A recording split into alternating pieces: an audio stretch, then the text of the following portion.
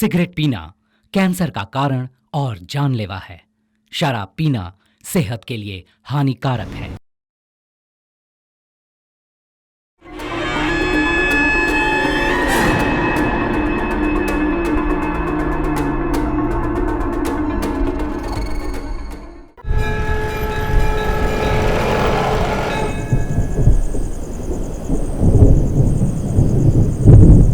Doctor आप भी ना कमाल के आदमी हैं।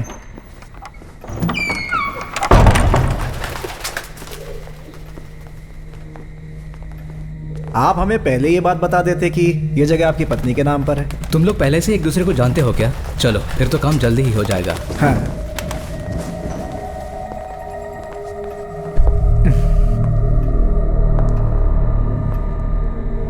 आप तो डील खत्म करके ही निकलेंगे ना?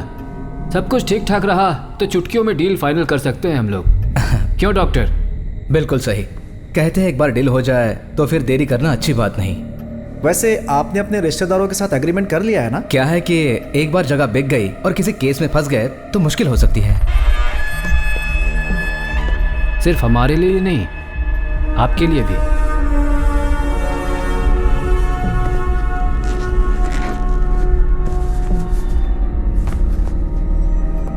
वैसे सर, इस जगह के बाकी हिस्सेदारों को आप संभाल लेंगे ना?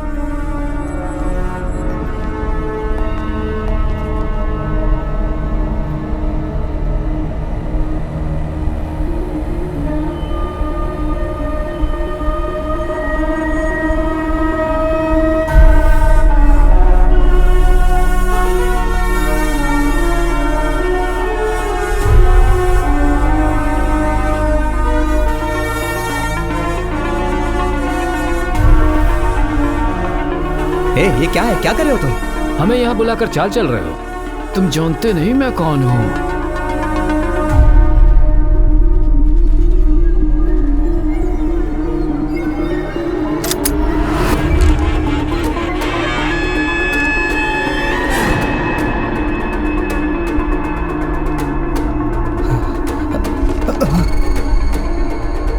एक बात मैं आपको बता देता हूँ, आपने जो अभी देखा उसमें हमारा कोई हाथ नहीं है। ये सब इन दोनों ने किया है। इन्होंने। सर प्लीज हमें मत मारिए प्लीज। जो हो गया सो हो गया। मैं भरपाई करने के लिए तैयार हूँ। उनके परिवार को जो भी चाहिए मैं देने को तैयार हूँ।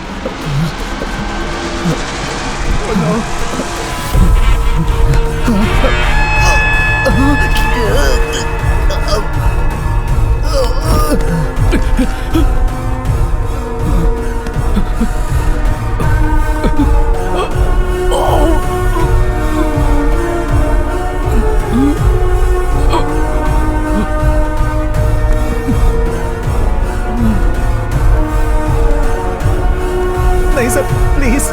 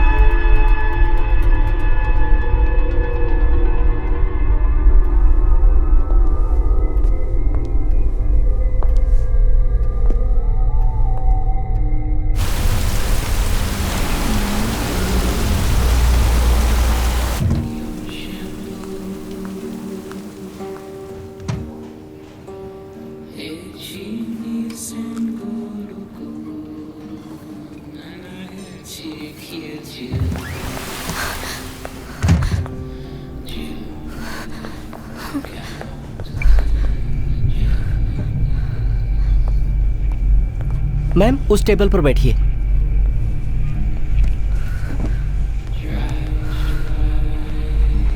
Madam order. Water please. Okay ma'am.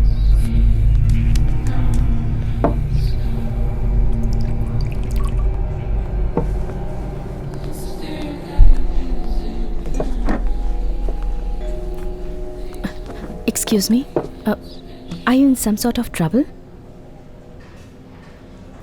I can help you. नहीं, तुम मेरी मदद नहीं कर सकती। That means you are in trouble. I'm Harshita Chopra. I am a police officer. I can help you. नहीं, पुलिस को फोन मत करना. अगर मुझे पता होता आप पुलिस ऑफिसर हैं तो मैं आपसे बात ही नहीं करती. नहीं, कोई हमारी मदद नहीं कर सकता.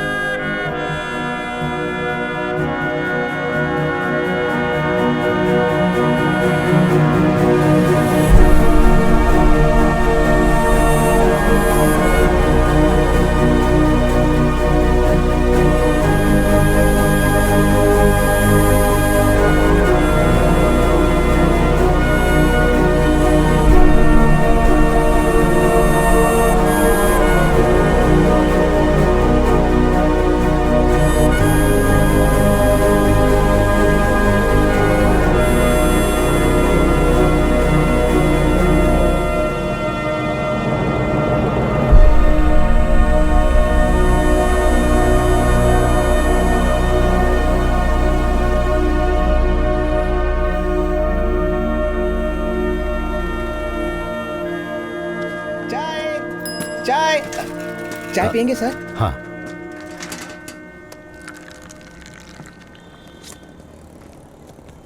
सर ये तो हाँ हाँ.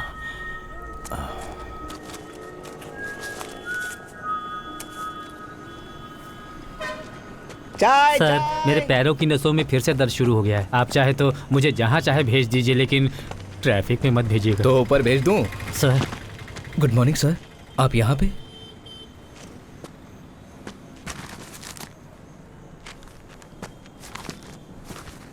इन्होंने फिर से ज्वाइन किया है? मेरा अखबार गया, अब मुझे दूसरा खरीदना पड़ेगा, नहीं तो टॉयलेट में बोर हो जाऊंगा यार. क्या करोगे पढ़कर? कुछ नहीं, सब बकवास है.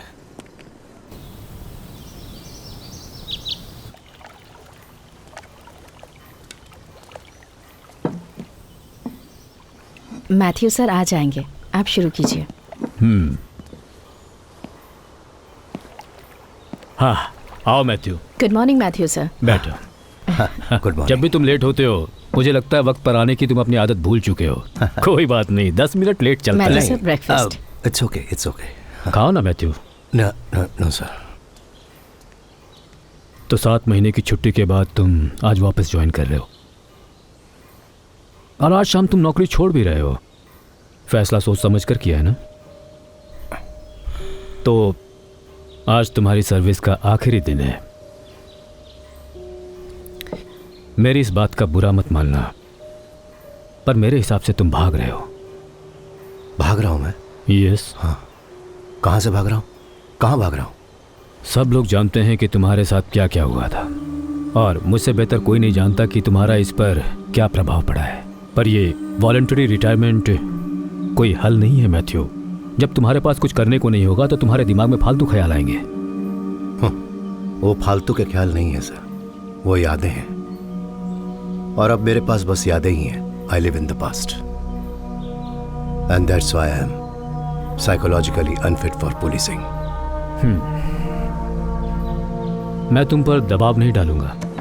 तो कल सुबह तुम एक यात्रा पर निकल रहे हो, लेकिन तुमने मुझे बताया नहीं तुम कहाँ जा रहे हो. सर ये एक मिशन है सर. मुझे नीलिमा की आखिरी इच्छा पूरी करनी है. उसने जिंदगी में मुझसे बस एक ही चीज़ मांगी थी. खैर छोड़ो, फिलहाल मैं तुम्हारी जगह किसी को पोस्ट नहीं कर रहा हूँ. कमिश्नर फिलहाल सिटी टास्क फोर्स संभाल लेगा, और तुम्हारी जगह किसी को रखना इतना आसान नहीं है मेरे दोस्त. But the show must go on sir. मुझे डर है शो कहीं बंद ना हो जाए. सर तुम्हें मेरी हेल्थ इश्यूज के बारे में तो पता ही है. ये जल्दी थक जाना और अचानक वजन कम होना. डॉक्टर्स काफ़ी टेस्ट कर चुके हैं. बॉम्बे के टाटा इंस्टीट्यूट में कुछ सैंपल्स भी भेज दिए गए हैं, और आज रिजल्ट्स भी आने वाले हैं। सर। खैर छोड़ो, जाने से पहले शेव कर लेना। सर। रहने दो, दाढ़ी में बिल्कुल किसी फिलोसोफर जैसे दिखते हो एंड इट सूट्स यू। चलो।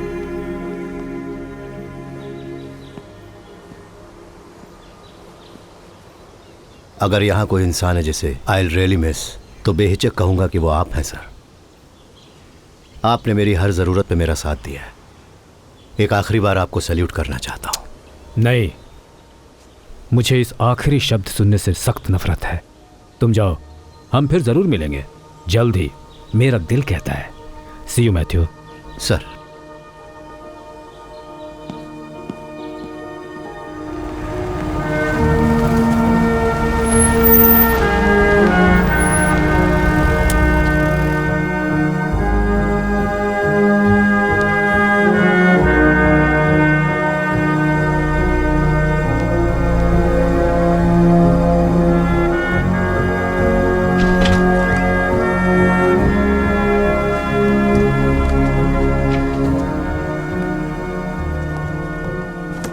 सुनो अनिल। सर। मुझे गत्ते का एक बड़ा सा बॉक्स चाहिए होगा मेरी बुक्स और पर्सनल फाइल्स पैक करने के लिए। क्या आज ही आप? तुम जानते हो तो दोबारा क्यों पूछ रहे हो? सर मैं आए? हाँ श्रीनी आओ। और बताओ क्या चल रहा है? सर तो आपने फैसला कर लिया है? फिर से सोच लीजिए। मैं डीजी से मिल चुका हूँ, मुझे जो भी कहना था मैंने उन्हें बता दिया है। इसका मतलब इस बारे में आप मुझसे कोई बात नहीं करना चाहते? नाराज मत हो यार। सर तुम तो सब समझते हो। अब ये सब मुझसे नहीं होगा। सर समझ तो आप नहीं रहे।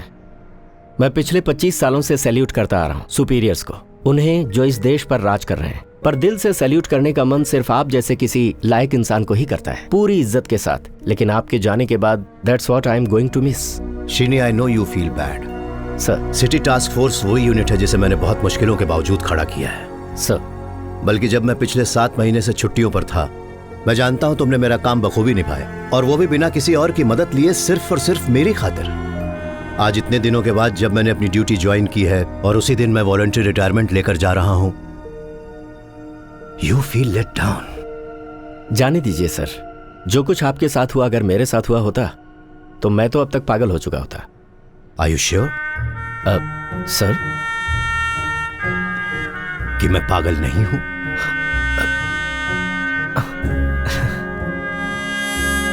तुम किसी मुसीबत में लग रहे हो, कोई बात तुम्हें परेशान कर रही है? क्या आज सुबह आपने अखबार नहीं पढ़ी? नहीं, क्यों? कुल 3 लोगों के खून हुए हैं सर। तीनों बड़े आदमी थे। उसमें से एक तो हमारा पुराना कलीग था, रिटायर्ड एसीपी विनोद अब्राहम। असली बात आपको क्राइम सीन देखने के बाद ही पता चलेगा। किसी तरह की जबरदस्ती या हिंसा का नामो निशान नहीं। चेहरों पर ब्लैक मास्क लगाकर तीनों लाशों को बिल्कुल समान दूरी पर रखा गया था। कुछ अजीब है सर। मर्डर, चाहे वो 1 हो या 3, अजीब ही होता है। किसने किसको मारा, किस लिए और कब, ये सारे सवाल बेबुनियाद हैं। इस संसार में इससे ज्यादा अस्वाभाविक और कुछ भी नहीं है कि एक इंसान दूसरे की जान लेने से हिचकता नहीं है। अरब के सभी इत्र की खुशबू भी मेरे हाथों पर लगी खून की दुर्गंध को नहीं मिटा सकती। खून करने के बाद लेडी मैकबेथ ने यही कहा था, आई लव माई शेक्सपियर। हाँ, तो फिर चलते हैं। सर आज शाम के 5 बजे तक ऑफिशियली मैं टास्क फोर्स का कमांडर हूं। तुम पहले मुझे क्राइम सीन दिखाने ले चलो। वैसे भी तुम इसी काम के लिए यहां आए थे ना? हाँ सर। आज अपने करियर का आखिरी क्राइम सीन देखने जा रहा हूं, तो चलो अब तो मुझे इसकी पूरी डिटेल्स दो। सर जैसा मैंने बताया, 3 लोगों का खून हुआ है। थारकन मल्टी स्पेशलिटी मेडिकल सेंटर का मालिक डॉक्टर धनेश थारकन, फिर state drug controller Mohan Nair, और हमारे एक्स असिस्टेंट कमिश्नर जो पिछले महीने ही रिटायर हुए थे विनोद अब्राहम। आपको पता ही होगा विनोद अब्राहम बहुत बड़ा फ्रॉड था। जब वो यहाँ था उस समय उसके रियल एस्टेट माफिया के साथ अच्छे कनेक्शंस थे। रिटायर होने के बाद तो वो पूरी तरह से रियल एस्टेट में ही घुस गया। हैरानी की बात तो ये है सर कि जिस बिल्डिंग में क्राइम हुआ वो कई सालों से बंद थी, क्योंकि उसके मालिकों के बीच कुछ झगड़ा चल रहा था। फैमिली ट्रस्ट ने एक क्लीनिंग एजेंसी अपॉइंट की हुई थी जो हर शुक्रवार को बिल्डिंग खोलकर साफ सफाई करती थी। सफाई करने वालों ने ही सुबह लाशें देखी। आज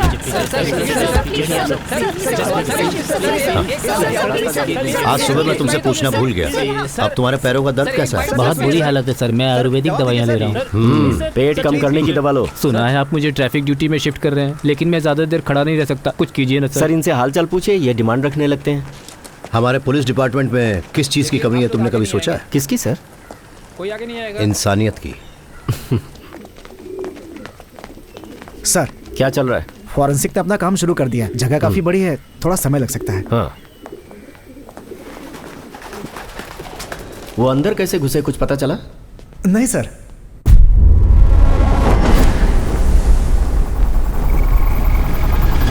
क्लीनिंग एजेंसी के जो लड़के हैं उन्हें जाने मत देना, चाबियां सिर्फ उन्हीं के पास जी। हैं। शायद उन्होंने डुप्लीकेट बनवाई हो।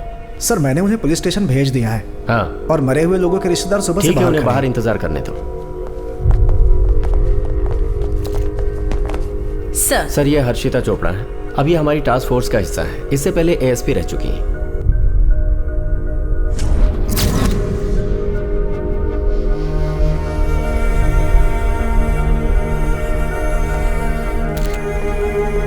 सर, हमारा मानना है कि इन तीनों का खून इनके शरीर में जहर देकर किया गया है, क्योंकि इन तीनों के दाएं हाथ पर इंजेक्शन के निशान मिले हैं। सर, कुछ कहना चाहती हो? जो मैं कह रही हूँ पता नहीं उसका कुछ मतलब है या नहीं, पर कल रात मेरे साथ कुछ अजीब हुआ। वो क्या? वो रेस्टोरेंट बस यहाँ से 1 किलोमीटर की दूरी पर है, तो वो घटना और ये कत्ल, इनके बीच कुछ तो लिंक है, बस ऐसा मुझे लगता है। अरे कोई लड़की अपने पति या बॉयफ्रेंड से लड़कर ऐसे ही वहाँ उस कॉफी शॉप पर आ गई होगी। तुम्हारे पूछने पर उसने कहा कि वो नहीं चाहती कि पुलिस उसके मामले में पड़े और हड़बड़ी में निकल गई। उसका इस मर्डर केस से क्या संबंध हो सकता है? आई एम सॉरी सर, मुझसे गलती हो गई। हाँ हाँ ओके। ये क्या टाइम पास चल रहा है यार? ये अभी बाहर से आई है ना सर, जाने दीजिए। हाँ। श्रीनी, मैं जा रहा हूँ। हाँ सर, मैंने तुम्हारे लिए यहाँ आकर सब कुछ देख लिया, अब आगे तुम देखो। मैं कल सुबह ही अपने सफर पर निकल रहा हूँ। Okay, good luck. सर, पर अब सर 1 मिनट। सर। हाँ, तुमने परसों ही वापस ज्वाइन किया है ना? जी सर, मैंने आपको फोन किया था पर फोन बंद था। लैंडलाइन पर भी किया था लेकिन किसी ने उठाया नहीं। सर, सिर्फ आपके कहने पर ही डीजी साहब ने मेरा सस्पेंशन रोका और कमिश्नर साहब ने बताया कि मुझे फिर से टास्क फोर्स में अपॉइंट कर लिया गया। सर, मैं आपका शुक्रिया कैसे। तुम्हारी बेटी साहिबा कैसी? उसका मेडिकल में एडमिशन हो गया सर। इसके लिए मुझे पैसे बहुत देने पड़े, तो बहुत भाग दौड़ की मैंने, पर उसकी इच्छा पूरी हो गई सर। सर, अभी तक पुलिस ने इस बारे में कोई खुलासा नहीं किया है। इस बारे में हम आपको अपडेट्स देते रहेंगे। फिलहाल चलते हैं स्टूडियो में। सर, क्या कोई इंसान 7 महीने में इतना बदल सकता है? 7 महीनों की बात कर रहे हो? ये जो जिंदगी है ना, 7 मिनट में बदल सकती है।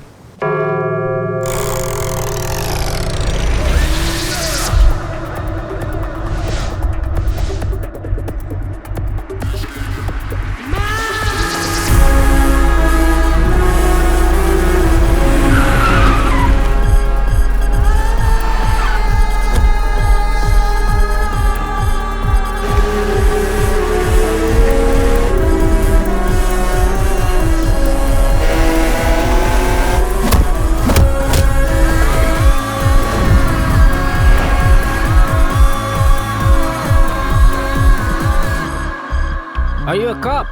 Yes, my dear.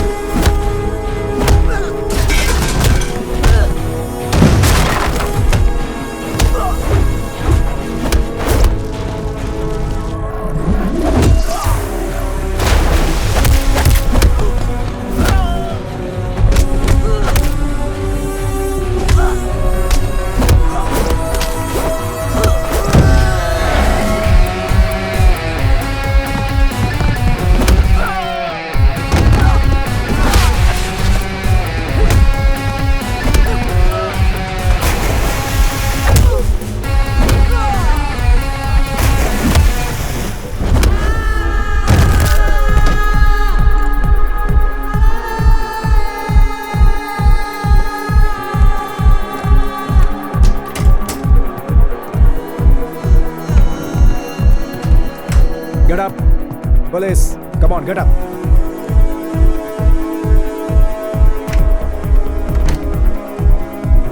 कुछ नहीं मिला सर, नथिंग।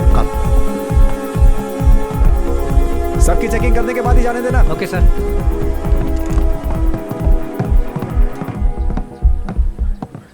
ठीक है, मैं देखता हूँ। Yes police. Police sir, I am Madhusudan Reddy from Hyderabad. What brings you here? Sir वो मैं अपने दोस्त की बेटी की शादी में आया हूँ। मेरे कुछ दोस्तों ने मुझे बुलाया है। Party, music, I love music sir, but no drugs sir. कसम से सर, मेरा यकीन कीजिए sir. Okay okay, I will take a picture. Sure sir. Thank you.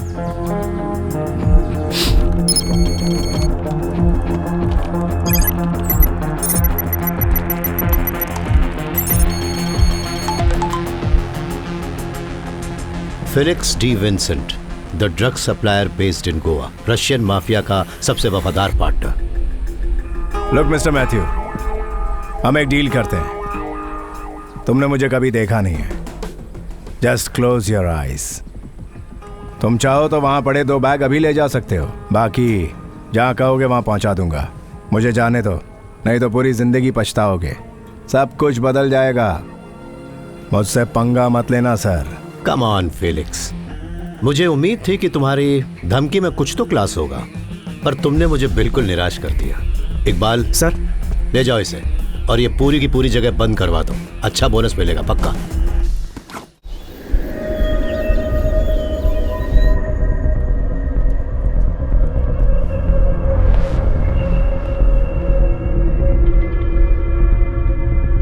बिना मेरे सवालों का जवाब दिए तुम कब तक इस तरह से बैठे रहोगे फेलिक्स? ये एक ऐसी जगह है जिसके बारे में ज्यादा लोग नहीं जानते। तुम यहाँ आसानी से आ नहीं सकते, तो तुम यहाँ से जाओगे कैसे? आपकी धमकी में क्लास है। सर थोड़ी देर वॉक लेकर आइए ना, तब तक मैं पूछताछ करता हूँ ना इससे। मेरी पूछताछ का स्टाइल बिल्कुल क्लासी नहीं होता, देसी होता। केरला में जगह जगह पर माल पहुंचाना, तुम्हारा यहाँ का सारा dealer network, raw material sourcing, मुझे उन सब की जानकारी चाहिए। बिना बताए यहाँ से निकल नहीं पाओगे। मुझे यहाँ से जाने की कोई जल्दी नहीं है। Actually I like this place.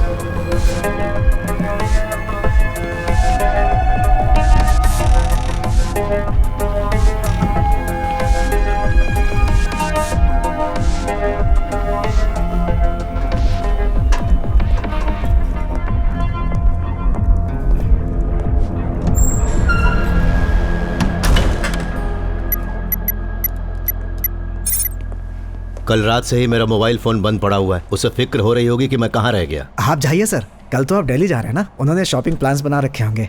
वो यहाँ पर इसीलिए आई है, लेकिन मैं फिलिक्स को यहाँ कस्टडी में छोड़कर दिल्ली कैसे जा सकता हूँ?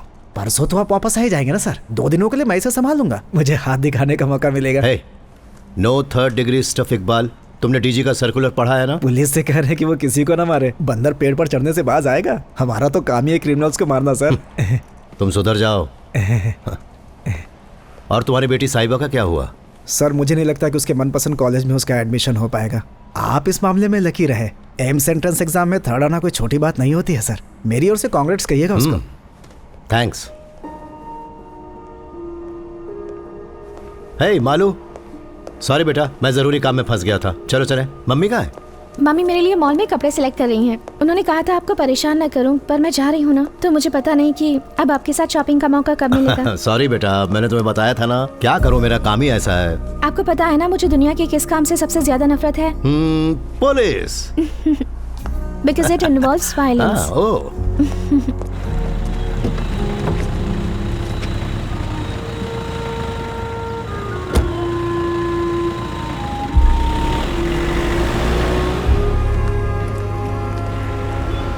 तो मैं ये कह रहा था कि पुलिस का मुख्य काम है कानून स्थापित करना, तो इसमें कभी कभी ताकत का इस्तेमाल करना पड़ता है। जो प्रोफेशन मैंने चूज किया है वो बेस्ट है। To be a doctor is to heal everyone, to heal the whole world. Oh. Mummy गरीब बच्चों के लिए जो स्कूल शुरू करने वाली हैं, मैं उसके पास एक छोटा सा हॉस्पिटल बनाऊंगी। देखना, तुम्हारे और तुम्हारी माँ के ये प्लान मुझे पक्का कंगाल बनाकर ही छोड़ेंगे। कंगाली का अपना अलग मजा है डैड। लिव एडवेंचरसली।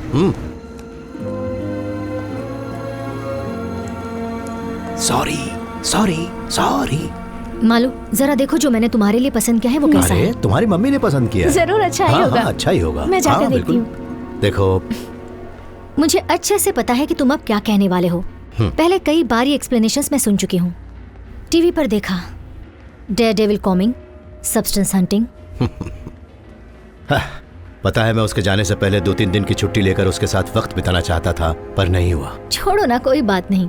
हमारी बेटी अब पहले से बहुत समझदार हो चुकी है। वैसे तुमने जो कल किया वो काबिले तारीफ है। जानते हो मेरे पास कितने स्टूडेंट्स की माँ इन्हीं ड्रग्स से रिलेटेड प्रॉब्लम्स का रोना लेकर पहुंचती हैं। उसने तुम्हें अपनी इच्छा बताई? वो तुम्हारे स्कूल के पास ही एक छोटा सा हॉस्पिटल बनाना चाहती है और वहां मुफ्त में लोगों का इलाज करेगी। बिल्कुल तुम पर गई है वो। और तुम पर भी। सच बताओ, तुम्हें इस बात का दुख हो रहा है ना कि वो पढ़ने के लिए दिल्ली जा रही है? ये उसके लिए बहुत ही अच्छी अपॉर्चुनिटी है। हाँ, फिर भी तुम उसे सबसे ज्यादा मिस करने वाले हो। तुम्हें तो कोई दुख नहीं हो रहा लगता है। दुख तो हो रहा है, पर मैं तुमसे ज्यादा स्ट्रांग हूँ। तुम्हारा दिल नाजुक है ना। अब घर में सिर्फ हम दोनों ही रह जाएंगे, पहले की तरह।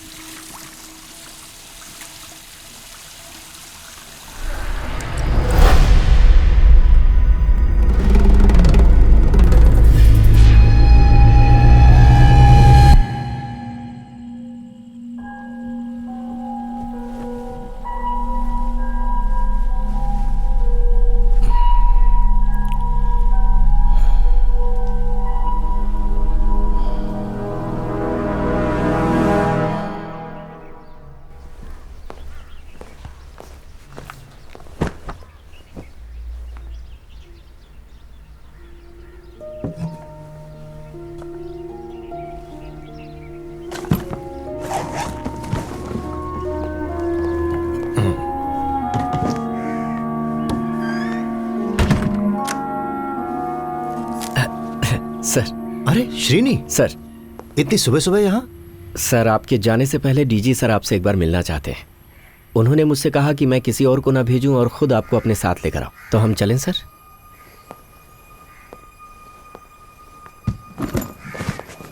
मैं अपनी गाड़ी में आऊंगा, तुम फॉलो करो। मैं आपके साथ चलता हूं सर।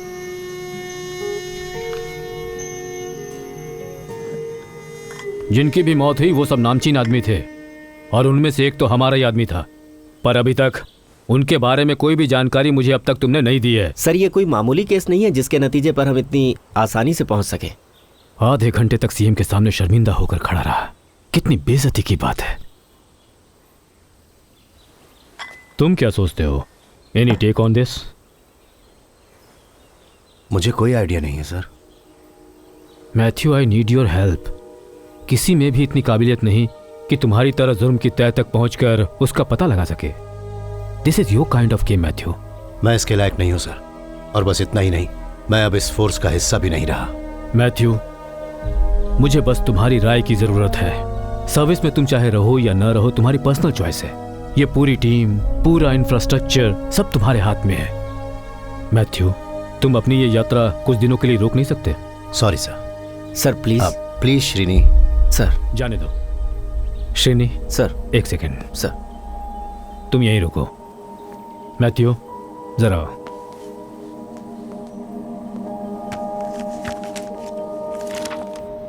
मैं तुम्हें एक बात बताना चाहता हूं। मुझे जिस बात का डर था आखिर वही हुआ। टेस्ट के रिजल्ट्स आ गए, पॉजिटिव है। मुझे बोन मैरो कैंसर है और इसका इलाज सिर्फ बोन मैरो ट्रांसप्लांट ही है। लेकिन कुछ भी हो सकता है और अगले स्टेज के बाद तो दर्द और भी बढ़ जाएगा। और इन सब के बीच ये केस आया है। मैं और भी कमज़ोर पड़ गया हूँ, इसलिए मैंने तुम्हें यहाँ बुलाया। मैंने ये बात किसी और को नहीं बताई है, सिर्फ तुम ही हो जिसे मैं बता सकता हूँ। लेकिन तुम अपना जाना कैंसिल मत करो।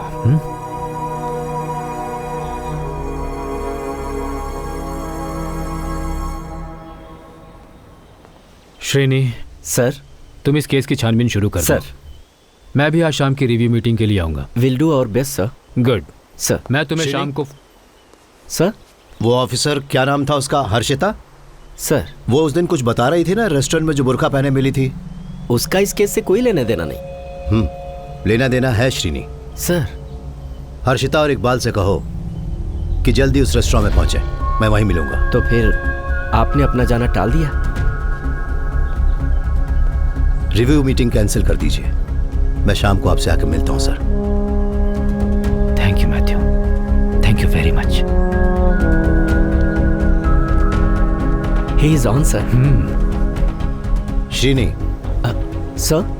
हर जुर्म बहुत आसान होता है। हर समझदार मुजरिम सबसे आसान तरीके को सबसे प्रभावशाली ढंग से अपनाने की कोशिश करता है। यह केस जितना मुश्किल लग रहा है, दरअसल उतना मुश्किल है नहीं। Don't lose your focus.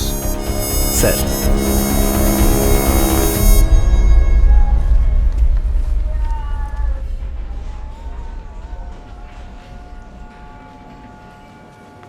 Harshita, कितना वक्त हो गया तुम्हें सर्विस ज्वाइन किए हुए? लगभग 10 महीने सर। तुम्हें ऐसा क्यों लगता है कि इन मर्डर्स का उस घटना से संबंध है जो उस दिन तुम्हारे साथ हुई? ऑनेस्टली मुझे नहीं पता सर, बस मन से आवाज आई, माय गट फीलिंग। मैं बताता हूँ कि तुम्हें इन दोनों घटनाओं में कुछ संबंध आखिर क्यों लगता है। सर। उस दिन जब तुमने उस लड़की की मदद करनी चाहिए तो उसने किस तरह से जवाब दिया? नहीं, कोई हमारी मदद नहीं कर सकता। ओके, उसने मेरी कहने के बजाय हमारी कहा। जी सर। जैसे उसकी जुबान फिसली, तुम्हें उससे एक संकेत मिला कि वो लड़की उस समय वहां अकेली नहीं है, उसके साथ कोई और भी वहां मौजूद है। उस समय तुम्हारा ध्यान उस पर नहीं गया, पर जब तुमने उन 3 लाशों को एक समान दूरी पर पड़े देखा, तब उस लड़की ने तुम्हारे सामने जो हमारी शब्द बोला था, तुमने उसे क्राइम सीन के साथ जोड़ दिया। That's what happened. सर। जैसे ही वो दरवाजा खोलकर अंदर आई, उसने कांच के पार्टीशन से बाहर की तरफ देखा, जैसे कोई उसका पीछा कर रहा हो, है ना? Right sir. हर्षिता, तुमने उस कांच के बाहर देखने की कोशिश की? नहीं सर। तो जाओ, जाकर देखो। क्या तुम दूसरे के नजरिए से चीजें नहीं देखना चाहोगी? एक काबिल पुलिस वाले को यह करना चाहिए। Just go and see. Sir.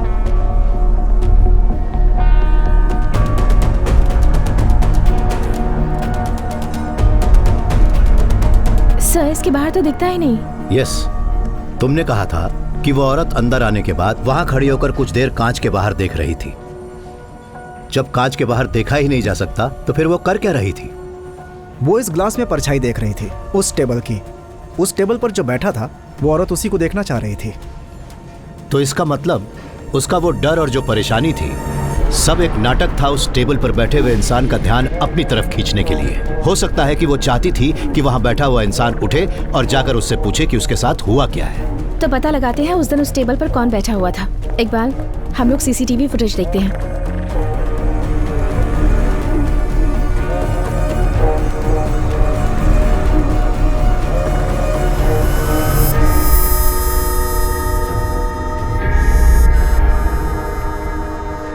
Sir, इस सीसीटीवी फुटेज में तो यस, इट्स मी। काफी दिनों से अक्सर मैं यहाँ रात को 8:30 बजे आता हूँ, डिनर करके 9:30 बजे तक चला जाता हूँ। उस लड़की ने यह सब नाटक शायद इसलिए किया क्योंकि उसे मेरी इस रूटीन के बारे में पता था। शायद वो चाहती थी कि मैं कुछ रिएक्शन दूं, पर ऐसा कुछ भी नहीं हुआ। पर क्यों सर? मालूम नहीं क्यों। हर्षिता, तुम्हें उसके बारे में और क्या याद है? उसके बात करने का ढंग याद है? वो पढ़ी लिखी थी सर, बिल्कुल मॉडर्न साउंड कर रही थी। और सर, कुछ अजीब था। अजीब क्या? शी स्मोक्स, ऐसा मुझे लगता है। उसके हाथों के बारे में कुछ बताओ। फिंगर्स, नेल्स, कुछ याद आता है? जहाँ तक मुझे याद है, उसके हाथ लंबे थे, वायलेट नेल पॉलिश, और हाथ पर ओम का टैटू था। उस दिन यहाँ जो कुछ भी हुआ, मैंने ज्यादा ध्यान नहीं दिया, मुझे फिक्र ही नहीं थी। पर मैंने उस लड़की के जूते नोटिस जरूर किए थे। मेरी एक अजीब सी आदत है। मेरा यह मानना है कि आप किसी भी इंसान का कैरेक्टर उसके जूते देखकर बता सकते हैं। उसने बूट्स पहने हुए थे, cigarette smell, violet nail polish, Om tattoo, boots. बुर्खा पहने एक डरी सहमी सी लड़की जो किसी से बचने की कोशिश कर रही थी और उसे उसकी जान का खतरा भी था। कुछ तो गड़बड़ जरूर है। इस केस से जरूर उसका कोई तो संबंध है, उसे ढूंढना ही होगा। अब हमें मरे हुए लोगों की कुंडली निकालनी होगी इकबाल। आखिर वही तीनों एक साथ क्यों? Tharakan's medical city chairman and managing director doctor Tharakan, state drug controller Mohan Nair, retired DSP Vinod Abraham. इन तीनों का आपस में संबंध क्या है इकबाल? सर, आपको वो वाकया तो याद होगा ना? 10 महीने पहले, तारीख थी 23 अक्टूबर 2016, थाराकंस मेडिसिटी में एक बहुत बड़ा हादसा हुआ था। उन्होंने डेंगू के इलाज के लिए एक बिना लाइसेंस के इंपोर्टेड ड्रग का इस्तेमाल किया था, जिसमें 9 से 16 साल के 8 बच्चों की मौत हो गई थी। ये उस समय की सनसनीखेज खबर थी सर। सरकार तक ने ड्रग कंट्रोलर को रिपोर्ट दर्ज करने के लिए कहा था। ड्रग कंट्रोलर की गलत रिपोर्ट के कारण डॉक्टर थरकन निर्दोष साबित हुए थे। मतलब थरकन और ड्रग कंट्रोलर मोहन नायर के बीच कोई समझौता जरूर हुआ होगा। उन दोनों ने प्रॉपर्टीज में भी मिलकर इन्वेस्टमेंट की थी सर, खासकर अक्टूबर 2016 के बाद। मान लेते हैं कि थरकन और मोहन का कत्ल बिना लाइसेंस के ड्रग इस्तेमाल करने वाले केस की वजह से हुआ है, पर तीसरा आदमी जो मारा गया विनोद, उसका इस केस से तो कोई संबंध नहीं है। He is an odd man out.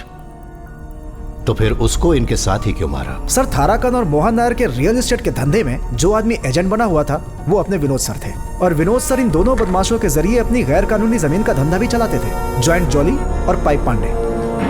अरे बिल्कुल सही सुना। हम बस 40 के कागज बनवाएंगे और बाकी का 10 कैश चाहिए।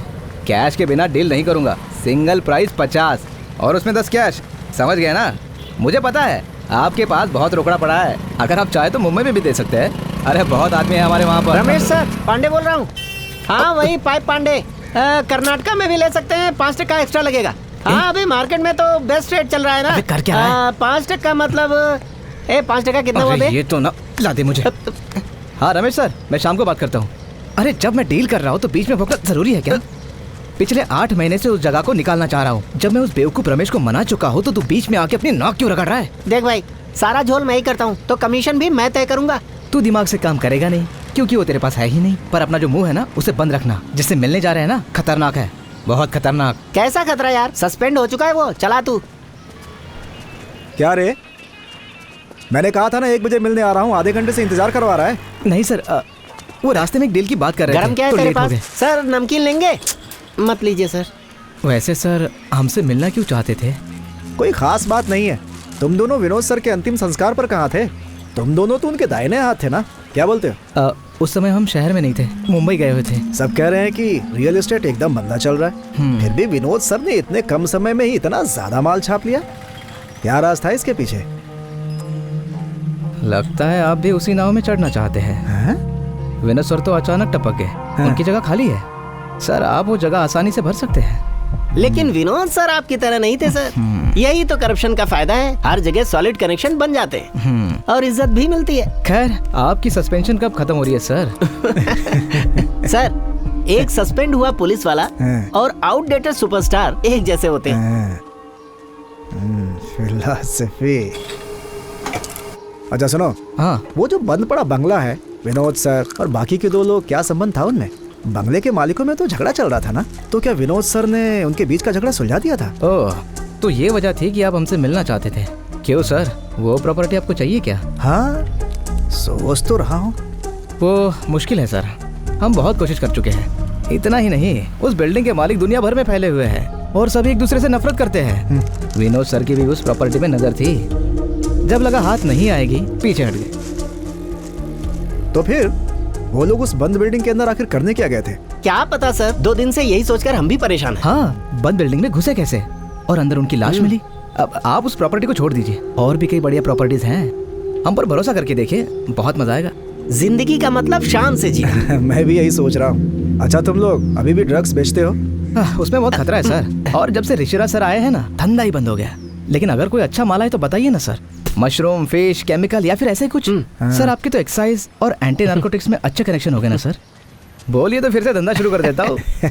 ऐसे किसी धंधे का नाम ही मत लेना। वो क्यों? वो इसलिए क्योंकि 2 दिन पहले मैंने ड्यूटी ज्वाइन कर ली है। अगर दोबारा ये धंधा करते हुए दिख गए ना, मैयत निकाल दूंगा दोनों की। तो इधर आ। क्या कहा तूने? सस्पेंडेड पुलिस वाला और आउटडेटेड सुपरस्टार एक जैसे होते हैं? इतनी जोर से क्यों मारे सर? सुपरस्टार सच में थोड़ी मारता है। हाँ, समझ गया। जहां कत्ल हुआ उस बंगले को हर शुक्रवार को ही खोला जाता था ना? जी सर। लगता है गुरुवार की रात इस वारदात को अंजाम देने के लिए जानबूझकर तय की गई थी, ताकि जब बंगला शुक्रवार को खोला जाए तो लाशें वहां पड़ी मिलें, बिना किसी नुकसान के, बिना सड़े गले। पर क्यों सर? ताकि दुनिया वालों को जल्द से जल्द मरने वालों के बारे में पता चल सके। खूनी इन कत्लों के जरिए समाज के लोगों में जरूर कोई ना कोई खास मैसेज पहुंचाना चाहता था। कुछ तो है जिसे हमने अनदेखा कर दिया है या अभी तक ढूंढ नहीं पाए। वो जरूर सीन ऑफ क्राइम पे है इकबाल, आई एम श्योर। 3 एकदम तंदुरुस्त लोग एक जहरीला इंजेक्शन लगवाने के लिए इतनी आसानी से आखिर मान कैसे गए? ये कुछ अजीब सा नहीं है? खुद को बचाने का मौका नहीं मिला होगा सर उनको, क्योंकि हो सकता है गन पॉइंट पर हो वो तीनों।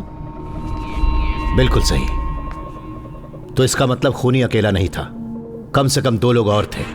एक के हाथ में गन होगी और दूसरे के हाथ में इंजेक्शन। सर, इस घटना से ठीक 2 हफ्ते पहले इनमें से एक अहमदाबाद के नंबर से अपने विनोद सर के पास एक कॉल आई थी सर। ये बात 7 मिनट 40 सेकंड तक चली। विनोद सर ने उसके बाद डॉक्टर थाराकन को फोन किया और थाराकन ने तुरंत मोहन नायर को। फिर डॉक्टर थाराकन ने विनोद सर को वापस फोन किया और आखिर में विनोद सर ने उसी नंबर पर फिर से फोन किया। इन सब कॉल्स में सिर्फ वही लोग शामिल हैं जिनका मर्डर हुआ, और बिल्कुल ऐसी ही घटना कत्ल के 1 दिन पहले भी घटी थी। तो इन सब बातों से हमें यह पता चलता है कि 2 हफ्ते पहले अहमदाबाद से विनोद को एक फोन आया था। फोन करने वाले ने शायद ये कहा होगा कि वो उस विवाद में फंसे बंगले के मालिकों में से एक है। सोचो अगर उसने विनोद से ये कहा हो कि वो लोग उस बंगले को बेचना चाहते हैं। Hello, yes.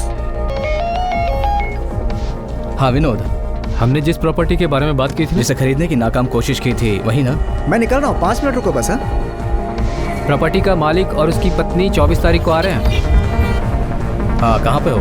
मैं पहुंच चुका हूँ। दोनों कातिल बंगले में पहुंचे और उन्होंने डुप्लीकेट चाबी से मेन डोर को खोला।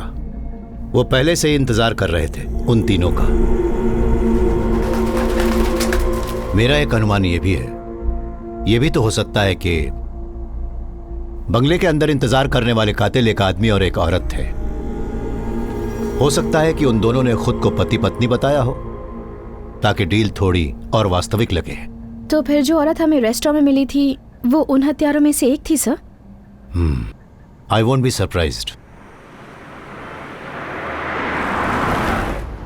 तुम्हें परेशान होने की जरूरत नहीं थी, मैं खुद चला जाता। कम ऑन सर, ऐसा मत कहिए। जंक फूड और मोटापा तो तुम अक्सर बाहर ही खाना खाती हो। I hardly cook. मैंने बहुत से लोगों से आपके वॉलंटरी रिटायरमेंट के बारे में सुना है। मुझे लगता है हमें हमेशा काम करते रहना चाहिए। पुलिसिंग में खुद की भावनाएं व्यक्त की जा सकती हैं, योर एंगर, फ्रस्ट्रेशन और भी कई चीजें। मतलब हर किसी पर मैं अपना गुस्सा निकालता रहूं? तुम शायद एक टूटे हुए रिश्ते के दर्द से गुजर रही हो। अब तुम ठीक हो ना? आपको ये कैसे पता? आपको ये किसने बताया?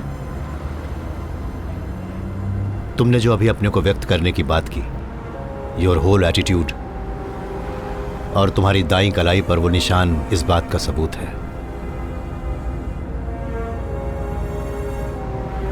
मैं नादान थी, वो मेरे लायक ही नहीं था। पता नहीं मुझे आपके सामने ये सब बातें कहनी भी चाहिए या नहीं सर। बोलने में बुराई भी क्या है, तुम बोलो। प्यार धोखे का दूसरा नाम है। या तो लड़का लड़की को धोखा देता है या फिर लड़की लड़के को धोखा देती है, और अगर दोनों एक दूसरे को धोखा नहीं देते तो प्यार को धोखा देते हैं।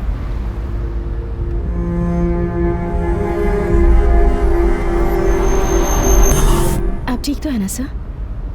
हाँ।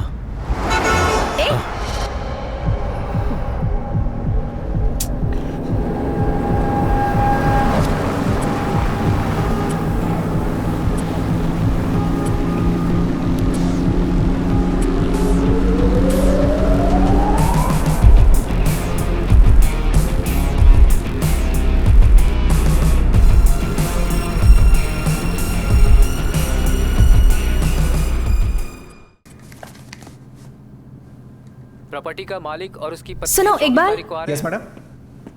ये मैथ्यू सर कुछ अजीब आदमी है, वेरी वेरी ब्रिलियंट, बट थोड़े से मेरा मतलब क्या वो आपको थोड़े पागल लगते हैं मैडम? नहीं, ऐसा नहीं है। पिछले 7 महीनों में उनके साथ जो कुछ भी हुआ है उसके बाद भी वो यहाँ खड़े हैं, बहुत बड़ी बात है। उनकी पत्नी और उनकी बेटी के साथ वाली ट्रेजेडी ना? जी मैडम, सर की बेटी का दिल्ली में MBBS में एडमिशन हो गया था। जब सर और उनकी पत्नी अपनी बेटी को दिल्ली छोड़ने एयरपोर्ट जा रहे थे। हाँ बोलो श्रीनी। आप कहाँ हैं सर? मैं अभी रास्ते में हूँ। सर वो फिलिक्स फरार हो गया है। What? हाँ सर, वो ये क्या कह रहे हो तुम? जी सर, ये सही है। आ रहा हूँ मैं। सर ए श्रीधर, गाड़ी साइड में रोको।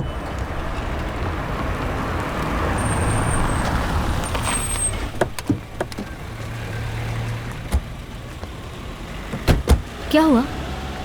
बेटा पापा को ना, आप नहीं चल रहे ना? मैं आ रहा हूँ ना, अगली फ्लाइट से पहुँचता हूँ, प्रॉमिस। देखिए, आप इससे झूठा वादा मत कीजिए। अगर आप नहीं आ सकते तो कोई बात नहीं, मैं मजबूर हूँ। आप जाइए, हमारी फिक्र बिल्कुल भी मत कीजिए। कल आना हो, परसों आना हो, जब समय मिले आ जाइए। आपके आने तक मैं इसके साथ ही रहूंगी।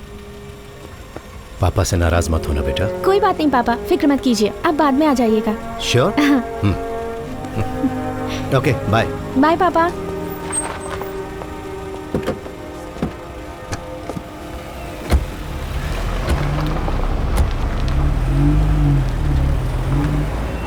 तुमने बाल ठीक से नहीं बांधे। कोई बात नहीं, ठीक है।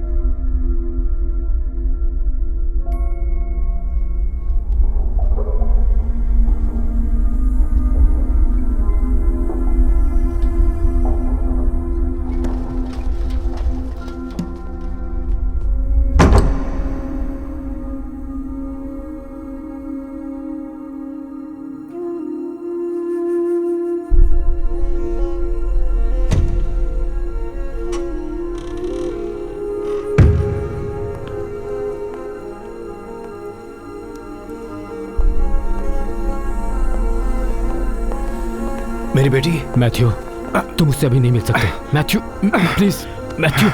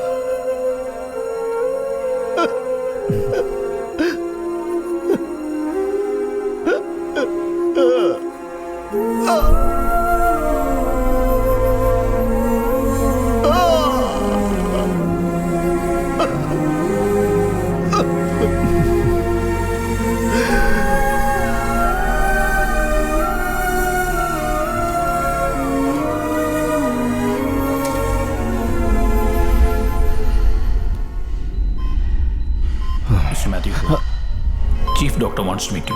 ओके। दूसरे डॉक्टर्स की राय के लिए हमने नीलिमा की केस फाइल्स को डेनमार्क भिजवाया था। तुम जानते हो, उनके पास भी इसका कोई इलाज नहीं है मैथ्यू। डीजीपी ने मुझे बताया कि तुम्हारा और नीलिमा का कोई और रिश्तेदार भी नहीं है। ऐसी हालत में नीलिमा के साथ हर वक्त रहने के कारण तुम्हारी मानसिक स्थिति बिगड़ भी सकती है। तुम डॉक्टर विश्वेश्वर से आखिर मिल क्यों नहीं लेते? हमारे साइकेट्रिस्ट हैं काउंसलिंग के लिए, हो सकता है उनसे मिलकर तुम्हें अच्छा लगे।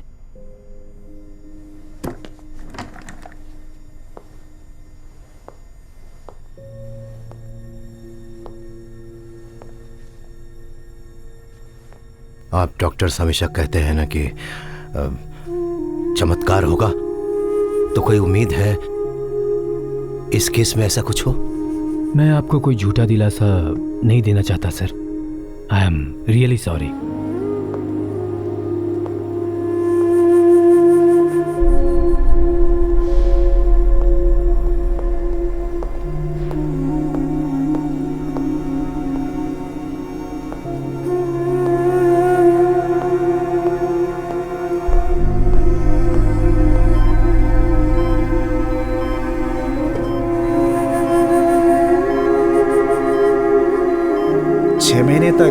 सर मैडम के साथ हॉस्पिटल में ही रहे। जब मैडम की मौत हुई मैं उनसे मिलने गया था। वो बहुत बदल चुके थे, जैसे कि कोई पागल इंसान हो। 1 महीने के लिए और उन्होंने छुट्टी एक्सटेंड करा ली और वॉलंटियर रिटायरमेंट के लिए अप्लाई कर दिया। He was a wonderful husband, wonderful father. हाँ, एक बात बताओ मैम। फेलिक्स की कस्टडी से फरार होने की वजह से तुम्हें सस्पेंड कर दिया गया था? जी मैडम, तब वहाँ मैं ही इंचार्ज था। पर वो भागने में कामयाब कैसे हुआ? मैडम वो अभी तक एक रहस्य बना हुआ है। हमारे शेल्टर में पावर फेलियर हुआ, इन्वर्टर बैकअप भी फेल हो गया, जनरेटर खराब था और वो 20 मिनट तक शुरू नहीं हो पाया। जब तक गार्ड इमरजेंसी लैंप लेकर पहुंचा तब तक वो भाग चुका था मैडम। अचानक पावर फेलियर हो गया, बैकअप सिस्टम ने काम करना बंद कर दिया, ये सब एक साथ होना अजीब नहीं लगता? अब इस बारे में क्या कह सकते हैं मैडम? सुपीरियर्स को बस बलि के बकरे चाहिए। मुझे और बाकी 3 लोग को सस्पेंड करके उन्होंने वो केस ही बंद कर दिया मैडम। मैथ्यू सर ने डीजी से बात की थी, इसलिए मुझे सस्पेंशन से वापस बुला लिया। सर ठीक है सर। नहीं हम इधर ही हैं सर। मैथ्यू सर का फोन था, वो हमसे अभी मिलना चाहते हैं। कितनी देर में आने वाले हैं वो? 10 मिनट में मैम।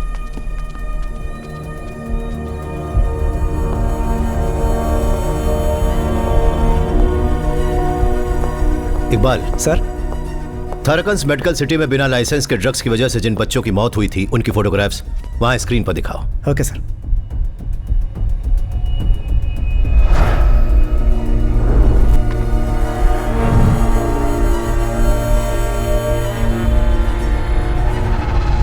इन फोटोग्राफ्स को प्रिंट करवाओ और फिर मेरे साथ चलो।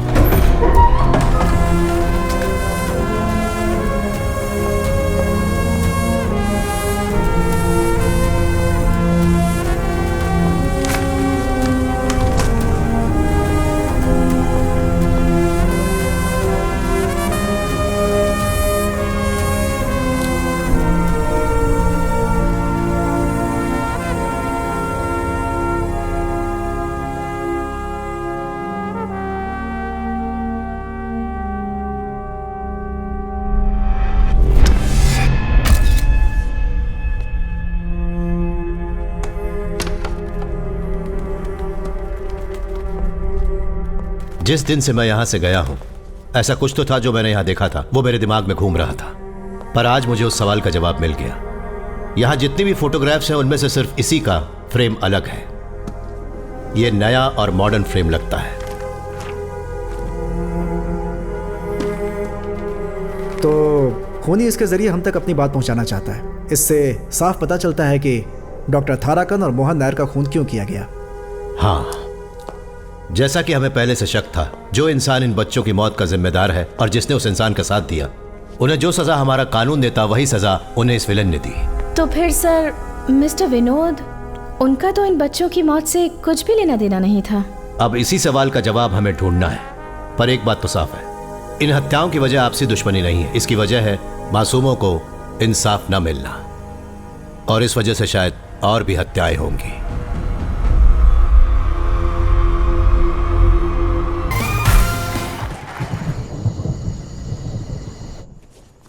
Hello, meet mister Kumar. ये बहुत बड़े बिल्डर हैं। हेलो। हेलो। हाय। कुमार काफी समय से कह रहे थे क्यों ना हम कहीं बाहर जाकर पार्टी वार्टी करें। और जब आपने इस जगह की बात की तो सोचा कुमार को भी साथ ले लूं। Hope you don't mind. वैसे तो मैं अनजान लोगों के साथ पार्टनरशिप नहीं करता, लेकिन इसके साथ इट्स ओके। ग्रेट। आपके लिए मेरे पास एक सरप्राइज है। तुम गजब की हो यार। इतने सारे सरप्राइजेस। क्या है?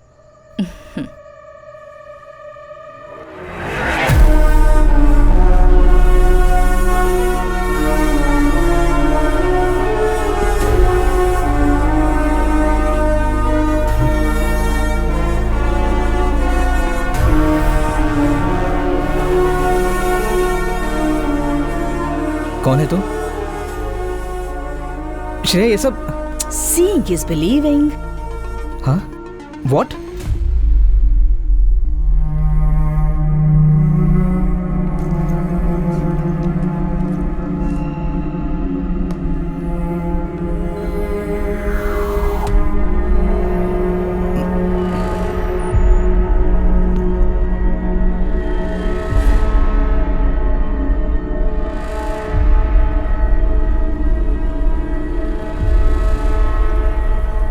ये सब क्या है? तू श्रेया,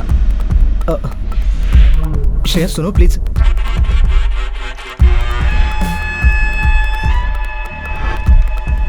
ये सब क्या चल रहा है यहाँ पर? और मैंने कुछ भी नहीं किया, मुझे कुछ नहीं मालूम है।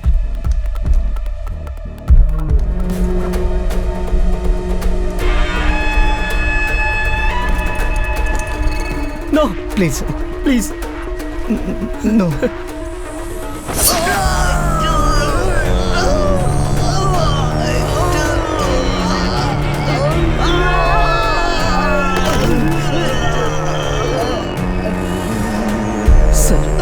मुझे मत मारिए सर, प्लीज मुझे मत मारिए sir. Sir please sir, sir please sir.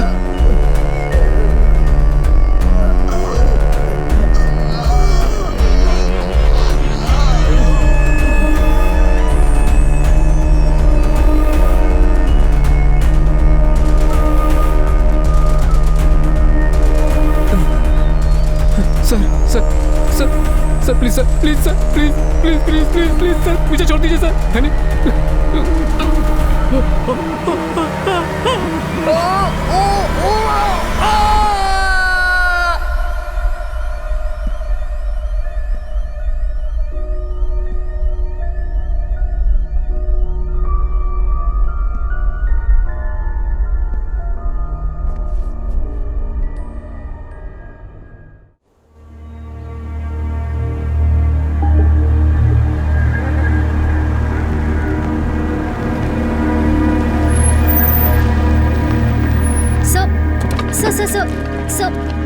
रुकिए, वहीं रुकिए। ये फार्म हाउस श्रवण कुमार का है। आप जानते ही हैं, वो बहुत बड़ी बिजनेस फैमिली से था, लेकिन काफी बिगड़ा हुआ लड़का था। जब वो यहाँ अपनी मीटिंग्स रखता था तो नौकरों को बाहर भेज देता था। कल शाम को वो अपने दोस्त सिनोज के साथ यहाँ आया था। सारे नौकरों को बाहर भेजकर किसी का इंतजार करने लगा।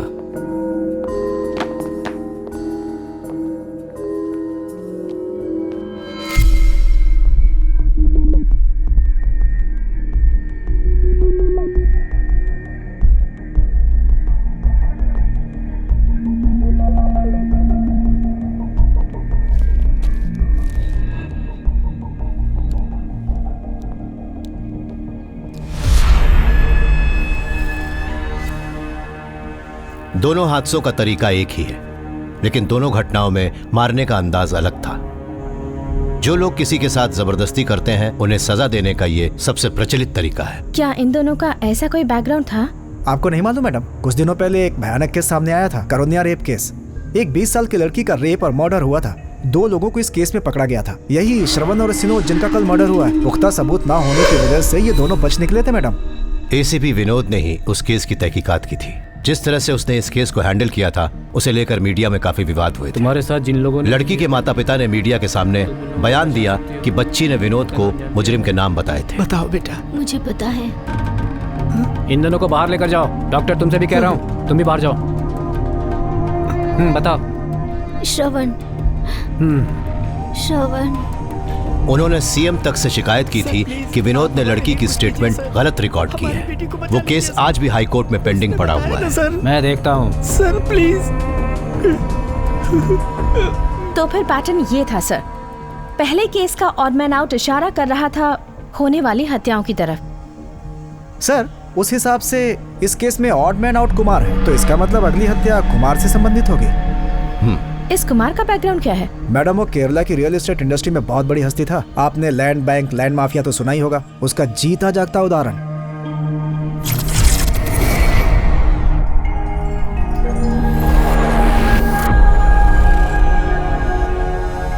इस धरती के सबसे जहरीले प्राणियों में से एक है पफ फिश।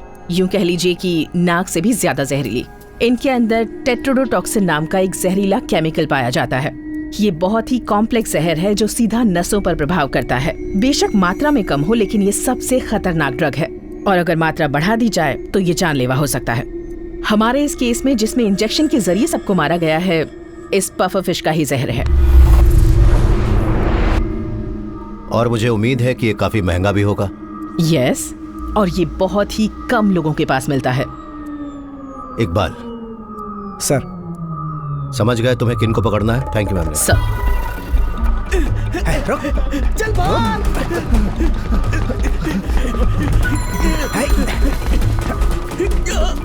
रुक रुक।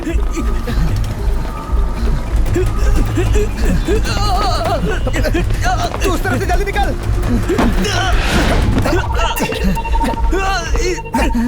चुपचाप चल। मुझे छोड़ दीजिए सर, मैंने क्या किया? चल सब बताता हूँ ना क्या किया। कुछ भी तो चल नहीं ना। किया सर।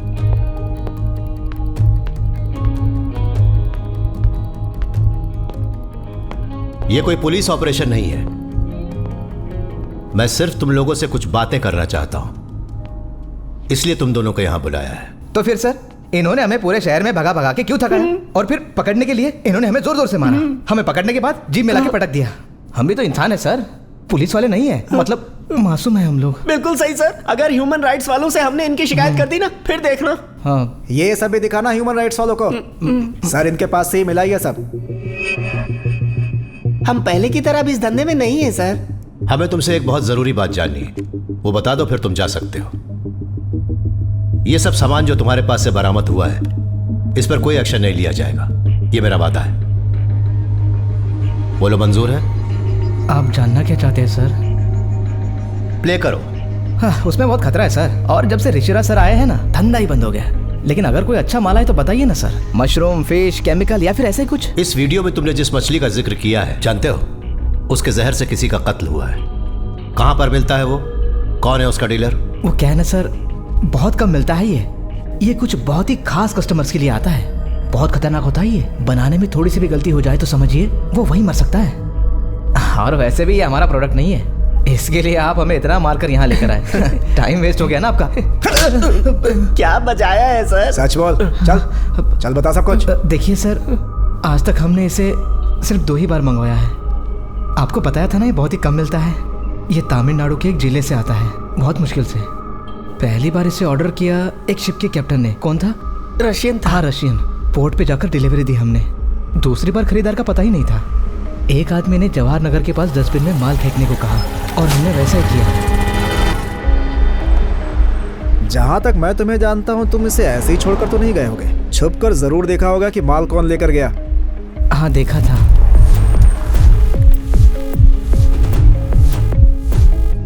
तुमने ये नहीं देखा कि गाड़ी के अंदर कौन था? नहीं सर, बस उसके हाथ देखे।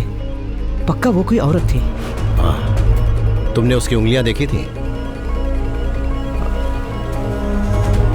ठीक से याद करो, क्या उसने वॉयलेट रंग की नेल पॉलिश लगाई हुई थी? जी हाँ। कार का नंबर नोट किया था? नहीं किया सर। पहले कुछ दिन याद था, लेकिन बाद में भूल गया। कसम से सर। जिस आदमी ने तुम्हें माल डस्टबिन में फेंकने को कहा था, तुम उसे पहचानते हो? तुम्हें यह काम करने को किसने कहा था?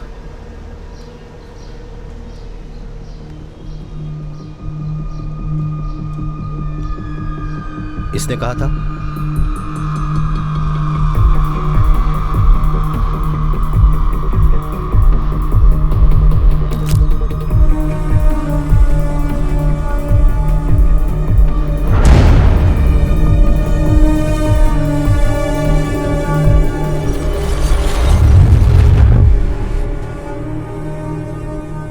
मैथ्यू सर ने जिस एक्सीडेंट में अपनी फैमिली को खो दिया, मैं उससे जुड़े रिकॉर्ड्स चेक कर रही थी। जिस ट्रक ने टक्कर मारी थी, उसका ड्राइवर भी वहां मारा गया था ना? जी हाँ मैडम। मैंने उस ड्राइवर की पोस्टमार्टम रिपोर्ट चेक की। उसके सिर के पीछे किसी भारी चीज से चोट लगी थी। रिपोर्ट के मुताबिक वही उसके मौत का कारण थी। पर यह चोट उसके सिर में लगी कैसे? किसी बहुत ही भारी मेटल ऑब्जेक्ट के लगने से यह घाव हुआ था। फॉरेंसिक चीफ गीता मैडम ने बताया। जरूर उसका सिर किसी चीज से टकरा गया होगा और वो आगे के गिलास से टक्कर खाकर बाहर गिर गया। एक्सीडेंट के बाद लगभग 40 मिनट तक सर की वाइफ और उनकी बेटी सड़क पर पड़े रहे, अनअटेंडेड। अगर वो उन सबको निशाना बना रहे हैं जो कानून से बच निकलते हैं, फिर और भी तो लोग हैं। उसने सिर्फ इन लोगों को ही क्यों चुना?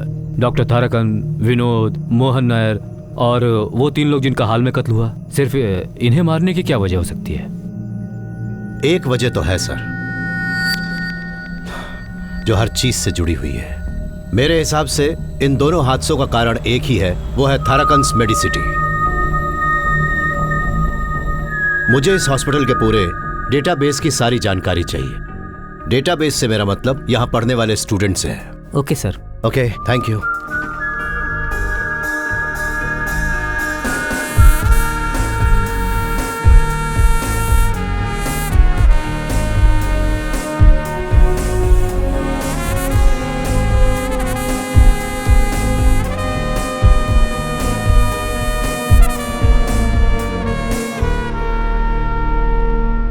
डॉक्टर शक्ति रामास्वामी। शक्ति चेन्नई का एक लड़का था जो केरला में पला बढ़ा। उसके पिता रामस्वामी बगल के एक मेडिकल कॉलेज में सिक्योरिटी गार्ड की नौकरी करते थे। मेडिकल एंट्रेंस एग्जाम की रैंक लिस्ट में शक्ति का भी नाम आया था, लेकिन कॉलेज की फाइनल लिस्ट से उसका नाम हटा दिया गया और वो सीट एक मैनेजमेंट के स्टूडेंट को दे दी गई। दिखाता हूं सर। तुम्हें किसने आने दिया? अब चलिए बाबा, सर अब चलिए। सर देख लीजिए। हजारों कोशिशों के बाद जब उसे लगा कि उसे इंसाफ नहीं मिलेगा, तो शक्ति के पिता रामस्वामी ने एक बहुत बड़ा कदम उठा लिया। कॉलेज के सभी स्टूडेंट्स को गवाह बनाकर सबके सामने उन्होंने खुदकुशी कर ली।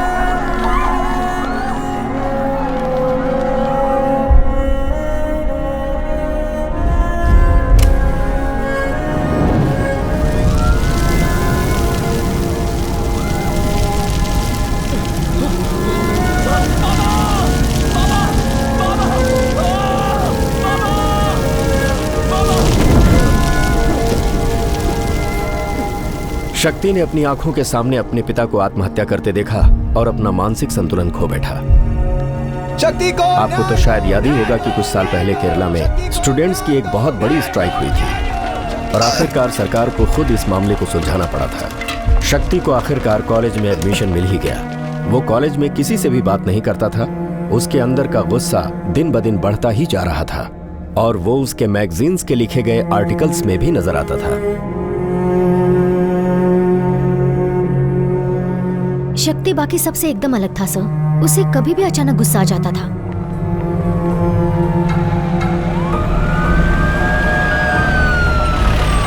शक्ति ने ही जूते मारकर विद्रोह करने का नया ट्रेंड शुरू किया था। पहली बार उसने ऐसा तब किया था जब हमारे कॉलेज में एजुकेशन मिनिस्टर आए थे। इसकी वजह से उसे कुछ दिन जेल भी जाना पड़ा था, पर वो केस वही खत्म हो गया था। सो डॉक्टर शक्ति रामास्वामी इज अवर मैन।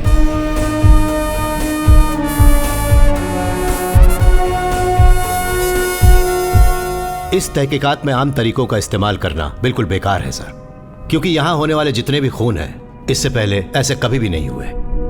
4 मुजरिम जो 2 केसेस से बच निकले, या वो जिन्हें ताकतवर लोगों ने बचा लिया, या काला धंधा करने वाले लोगों की मदद से बच गए। जिन लोगों ने उनकी मदद की उन्हें भी उनके साथ मार दिया गया।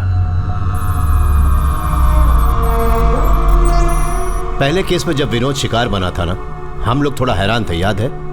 कत्ल की वजह हमें तब मिली जब दूसरी घटना फार्म हाउस में घटी। वो दोनों जिनका बाद में खून हुआ वो रेप के दोषी थे, पर विनोद की मदद से वो दोनों लोग छूटने में कामयाब हो गए। और दूसरी घटना में भी बिल्कुल ऐसा ही हुआ। इसमें भी there is an odd man out.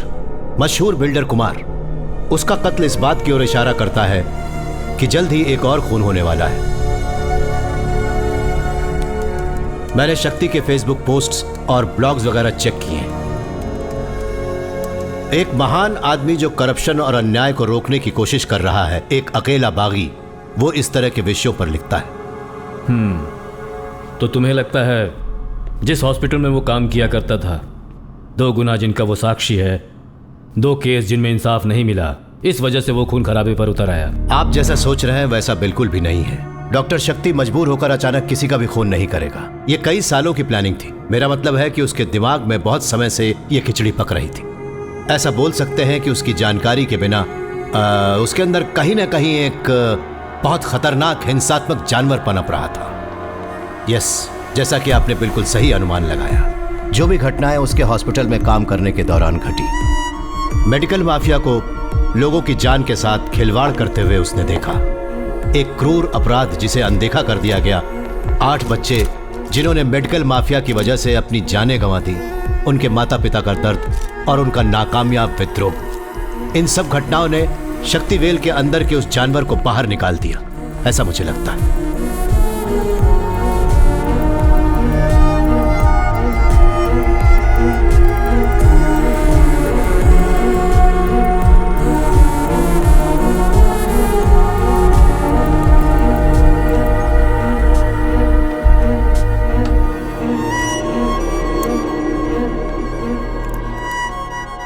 उसे पकड़ने का फिलहाल कोई जरिया नहीं है सर। वो एक के बाद एक सिम कार्ड इस्तेमाल करके फेंक देता है। किसी भी सीसीटीवी कैमरा में उसका चेहरा नहीं दिखा है सर। फिलहाल हम लोगों के पास उसके खिलाफ कोई भी सबूत नहीं है सर। और वो लड़की जो उसके साथ थी?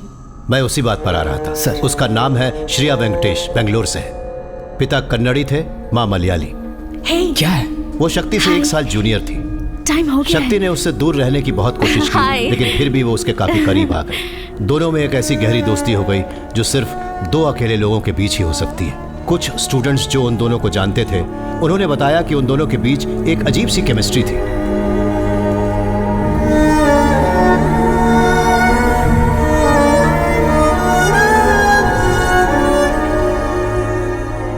एक इंसान जो कानून के हाथों से बच निकले हुए मुजरिमों को बेरहमी से सजा देता है।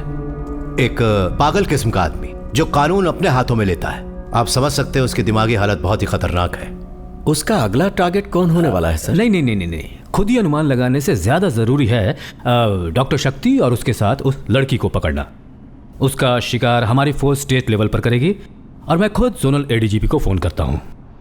मुझे अब जाने की इजाजत दीजिए सर। अब जितना भी काम बचा है वो स्टेट पुलिस फोर्स का है। मुझसे जितना हो सकता था मैंने किया। फैसला कर लिया? जी सर, फैसला कर लिया। मैं ये ऑपरेशन पूरा करके ही रहूंगा मैथ्यू। मेरे पास वक्त बहुत कम है। सर।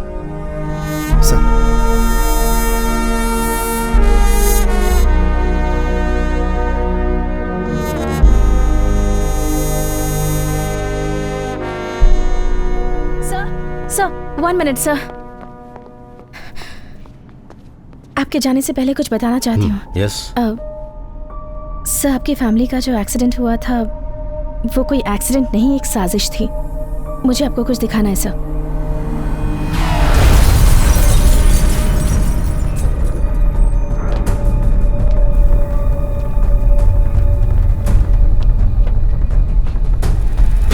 तो तुम्हें लगता है कि गाड़ी से भिड़ने के बाद जब ड्राइवर ट्रक से नीचे उतरा तो उसके सर पर वार करके किसी ने उसे मार डाला। उसके बाद उसने उसी हथियार से ट्रक का शीशा भी तोड़ दिया। यस। मैंने तुमसे कहा था ना, तुम्हारे अंदर वो पुलिस इंस्टिंक्ट है, लेकिन अनुभव की कमी के कारण तुम्हें सच समझने और उसकी तस्वीर बनाने में थोड़ा वक्त लगता है, बस इतना ही। जिस दिन मेरी नौकरी का आखिरी दिन था उस दिन मैं सुबह सुबह पुलिस के कारखाने में गया था। मैंने वहां पर वो ट्रक देखा।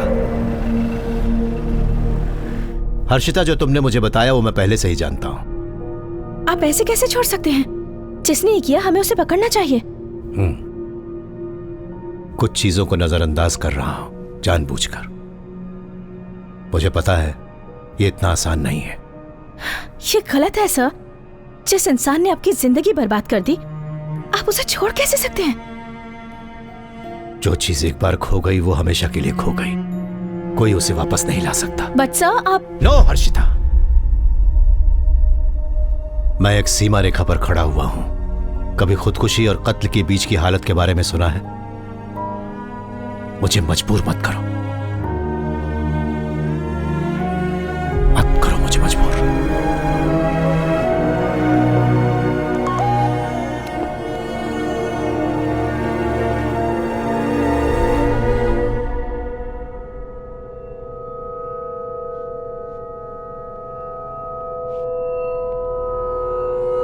Hi, Shreya here. First, I want to tell you something. जिस IP एड्रेस से मैंने ये वीडियो मेल किया है, उसे ट्रेस करने में वक्त बर्बाद मत कीजिए। वो फेक है। पर ये बंद करने से पहले मेरी बात सुन लीजिए। जिस हादसे ने आपकी जिंदगी बर्बाद कर दी, क्या आप जानते हैं कि वो कार एक्सीडेंट किसने करवाया था? फीलिक्स स्टीवेंसेंट ने।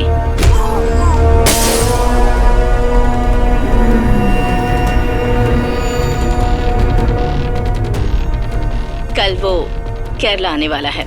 मैं आपको उसकी लोकेशन भेज रही हूँ। उससे बदला लेने का ये अच्छा मौका है। आप चाहें तो इसका फायदा उठा सकते हैं। उसके जैसे मुजरिमों को सजा मिलनी ही चाहिए। हमारी इच्छा है कि ये न्याय आपके हाथों हो, क्योंकि बदले में जो सुख है वो और किसी में नहीं। बाय। सर, ये जरूर एक जाल है, सावधान रहिए। सर मुझे लगता है हमें ये चांस लेना चाहिए। मुझे यकीन है हमें कुछ ना कुछ जरूर मिलेगा सर। और वैसे अगर हम जा रहे हैं तो हमें पूरी फोर्स को खबर देनी होगी, एक फुल फ्लेजेड ऑपरेशन की तरह। कुछ समस्या से हम कितना भी भाग ले वो हमारा पीछा नहीं छोड़ती। इसके वीडियो के बारे में हम तीनों के अलावा किसी और को पता ना चले। फिलिक्स के नेटवर्क के बारे में अच्छे से जानते हो ना इकबाल? Yes sir. इस काम को अंजाम हम दोनों देंगे, तुम साथ नहीं चलोगी। But sir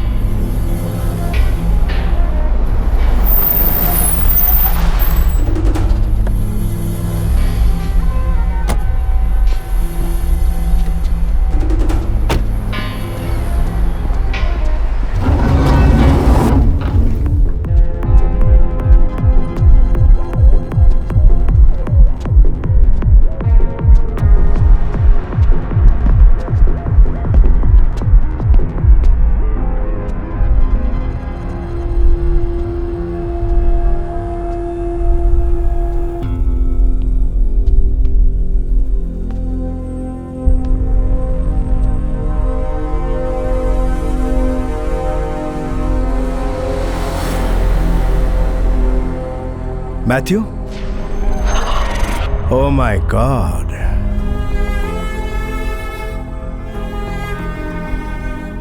Matthew, you are impossible. मुझे लगा मैंने तुम्हारी कहानी खत्म कर दी, लेकिन जरा देखो तो, तुम फिर आ गए। पर आए हो किस मकसद से? बदला लेने। पर अब तो तुम पुलिस वाले हो भी नहीं। बेवकूफ, अभी भी मैं पुलिस वाला हूँ।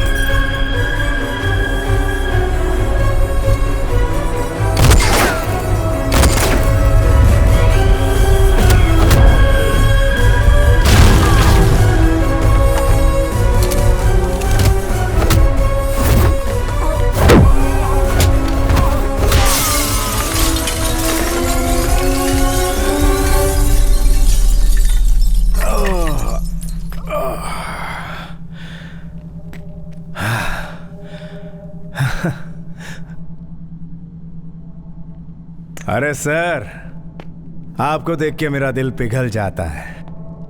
पता है क्यों? सिंपैथी। आप कुछ नहीं जानते मिस्टर मैथ्यू। तू अपना मुंह बंद रख। क्यों रे इकबाल, मैं अपना मुंह क्यों बंद रखूं? सर, आपको और आपके परिवार को मारने का जो प्लान था वो दरअसल मैंने ही बनाया था, और वो एक्सीडेंट भी मैंने ही करवाया था। मैंने आपकी कस्टडी में बैठे बैठे ही वो सारा प्लान बनाया, और भागने से कुछ समय पहले ही मेरी किसी ना किसी अंदर वाले ने ही तो मदद की होगी ना सर। सही कहा ना?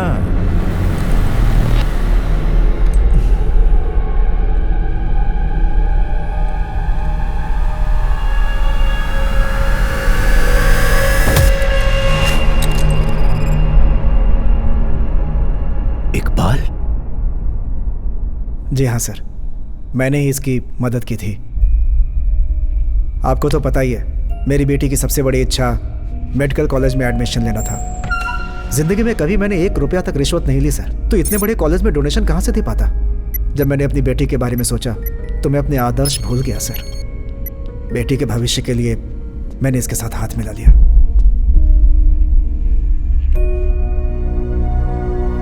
जिंदगी भर इंसान जो कुछ भी करता है अपने परिवार के लिए करता है सर। नहीं जानता था आपकी फैमिली को खत्म कर देगा। सर मेरा यकीन कीजिए सर, इसे मेरे हवाले कर दीजिए। मैं इसे जिंदा नहीं छोड़ूंगा सर, मैं जिम्मेदारी लेता हूं।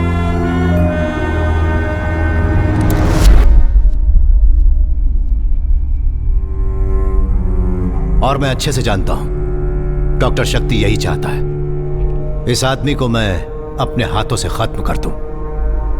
उसने इसे हमारे सामने लाकर इसीलिए तो खड़ा किया है ताकि मेरे जरिए वो उसको मार सके। डॉक्टर शक्ति की जीत से मुझे कोई परेशानी नहीं है, पर उसे जिताकर अपने सिद्धांत नहीं तोड़ सकता। श्रीनी, मुझे तुम्हें कुछ बताना है।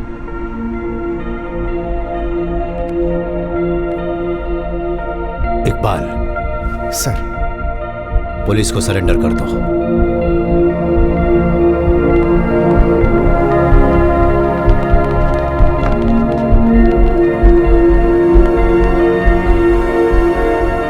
सर, आपने बिल्कुल सही फैसला लिया है, पर आपने ऐसा क्यों किया सर?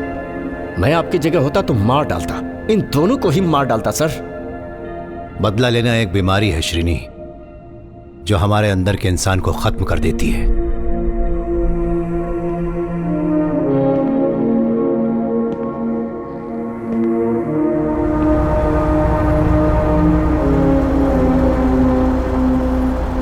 मेरा सफर जो उस वक्त रुक गया था वो अब शुरू होगा।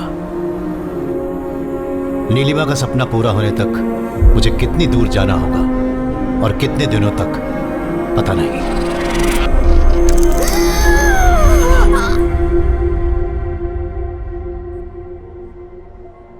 मैं तुम्हारे और नीलिमा के रिश्ते की गहराई को समझ सकता हूं। So I feel really sorry. Neelima की हालत बिगड़ती ही जा रही है। वाइटल ऑर्गन्स में इन्फेक्शन फैल चुका है।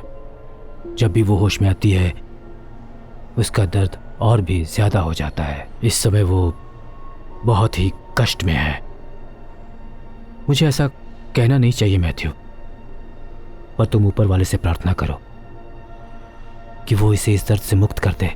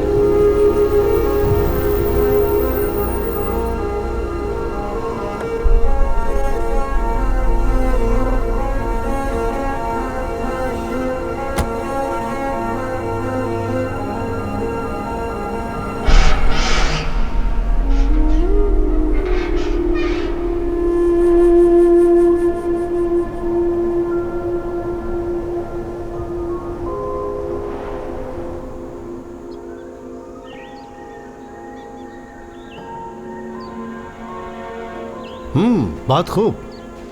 मैं तुम्हें सलाम करता हूं। तुमने अकेले ही ये जगह ढूंढी और इसे रजिस्टर भी करवा लिया, और इसकी खूबसूरती दिखाने मुझे यहाँ ले आई। तुम वाकई कमाल हो नीलिमा। तो इस बात का एहसास तुम्हें अब हो रहा है।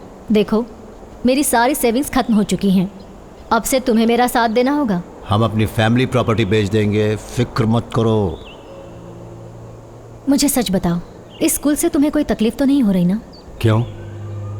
गरीबों की मदद करना पुण्य का काम है, और अब जब मालू का कैरियर सेट हो चुका है तो जमीन जायदाद का क्या करेंगे?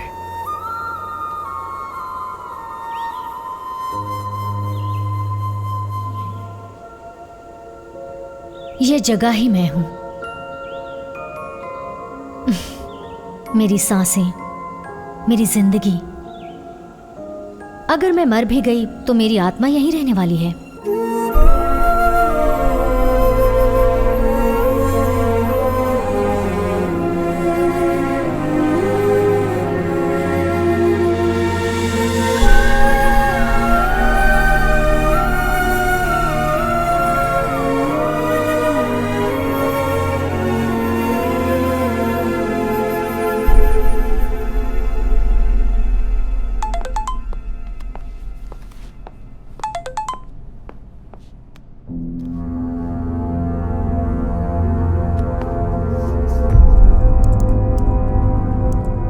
ये मैंने थारकंस मेडिसिटी की कार पार्किंग की सीसीटीवी फुटेज में देखा।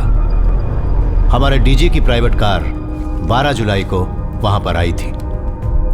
वो वहां खालिद मुस्तफ़ा नाम के आदमी से मिलने गए थे। वो एक सोशल एक्टिविस्ट था जो कुमार के एक बड़े मॉल प्रोजेक्ट के खिलाफ कोर्ट से स्टे ऑर्डर ले आया था। 12 जुलाई को कुमार के साथ डीजी भी उसके कमरे में गए थे। चीफ ऑफिसर हूँ, मतलब डीजीपी। पहचाना मुझे? मैं यहाँ आपसे एक बहुत ही जरूरी बात करने आया हूँ मिस्टर खालिद। ये जो कुमार है ना, मेरे दिल के बहुत करीब है। ये जो शॉपिंग मॉल बनाने वाला है, आप उसके खिलाफ स्टे ऑर्डर लेकर आए, उसे वापस ले लीजिए आप। डीजी और कुमार के बीच की एक गहरी दोस्ती मुझे कुछ अजीब लगी। नहीं, मैं नहीं लूंगा सर। तुम मना नहीं कर सकते, वापस लो। 2 दिन के बाद कुमार खुद कुछ कागजात लेकर आएगा, उन सभी पर साइन कर देना। ये इलाज तुम्हारी उम्र बढ़ाने के लिए हो रहा है ना, कहीं अचानक घट ना जाए। चलो कुमार, चलो। डीजी और कुमार की धमकी वाली बात खालिद ने डॉक्टर शक्ति को जरूर बताई होगी, क्योंकि वो उसके बहुत करीब था। किसी डरने वाला नहीं हूँ। अगर मुझे कुछ हो गया डॉक्टर तो समझ जाना, इसके पीछे उन दोनों का हाथ है, वो कुमार और डीजी भी। अब ऐसा कुछ भी नहीं होगा।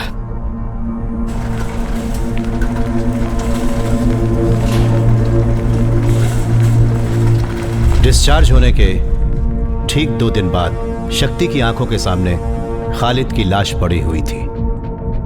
एक जानलेवा एक्सीडेंट। हर्षिता, डीजी की जान खतरे में है। अगला टारगेट वही होंगे।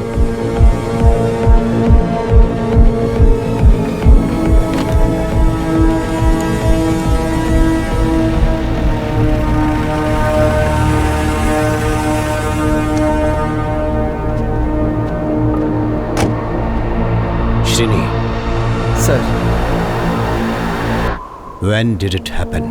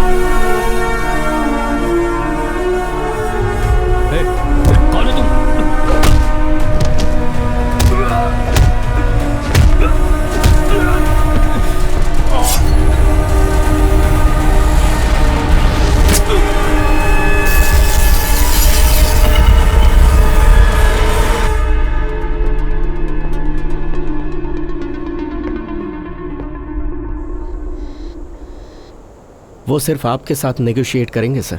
आपको अकेले जाना होगा, बिना हथियार के। ये बात मेरी समझ से परे है कि डॉक्टर शक्ति को आपसे इतना लगाव क्यों है।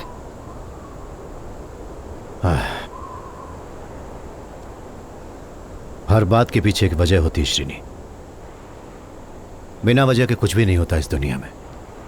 बुरा मत मानिएगा, कुछ पूछना चाहता हूं सर। सभी घटनाएं जिन्होंने डॉक्टर शक्ति को यह सब करने पर मजबूर किया वो थाराकन मेडिकल सिटी में ही घटी, और ये वही हॉस्पिटल है जहां आपकी पत्नी भी 6 महीने के लिए एडमिट रही थी sir.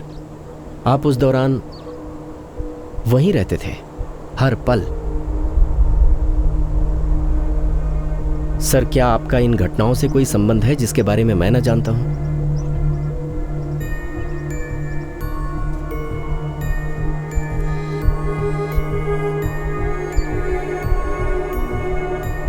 Nothing is white, nothing is black. Everything is grey.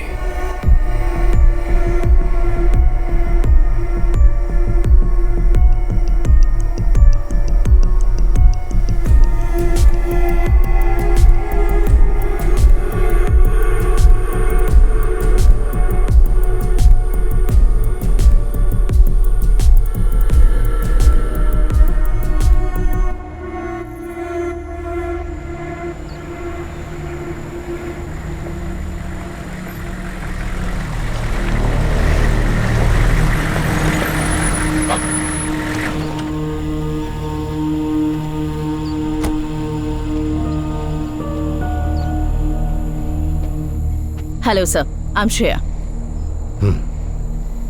Sir, आपको डॉक्टर शक्ति से मिलने से पहले एक शर्त माननी होगी। आपको बेहोश किया जाएगा। आप 1 घंटे के लिए नींद में होंगे। अगर आपको ये शर्त मंजूर है तो आप चल सकते हैं, नहीं तो मैं वापस जा रही हूं और आप डीजीपी को भूल जाइए। ओके, मैं चलूंगा। Good, let's go. आप कुछ वक्त के लिए ट्रांस में चले जाएंगे।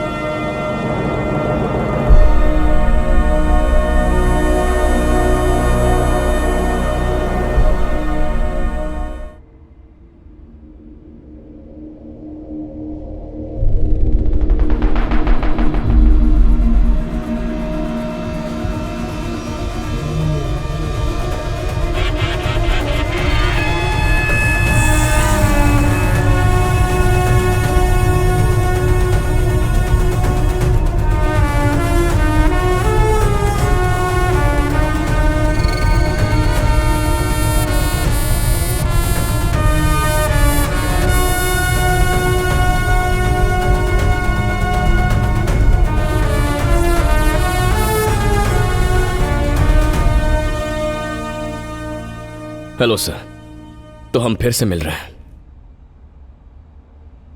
आखिरी बार आपको उस दिन देखा था जब आपकी वाइफ की मौत हुई थी। मैं उसी डिपार्टमेंट में काम कर रहा था। जो मेडिकल टीम उनका इलाज कर रही थी, मैं 1 हफ्ते पहले ही उनमें शामिल हुआ था। जो भी जानकारी हाथ लगे उससे मुजरिम की एक साफ तस्वीर बनाने में आपका जवाब नहीं सर। आपने जब मुझे इतने कम वक्त में ढूंढ निकाला उससे मुझे बिल्कुल हैरानी नहीं हुई, बल्कि आपका मुझे ढूंढना असल में मेरी जरूरत थी। See, I have done my homework. सिर्फ मेरे लिए ही नहीं, बल्कि आज तक तुमने जितने भी विक्टिम्स का खून किया है सभी के लिए अच्छे से होमवर्क किया था डॉक्टर। विक्टिम्स मतलब पीड़ित? उनमें से कोई भी विक्टिम नहीं था सर, सबके सब शिकारी थे। उन शिकारियों ने जिन्हें नुकसान पहुंचाया वो पीड़ित थे। और तुम डॉक्टर पीड़ित हो या शिकारी?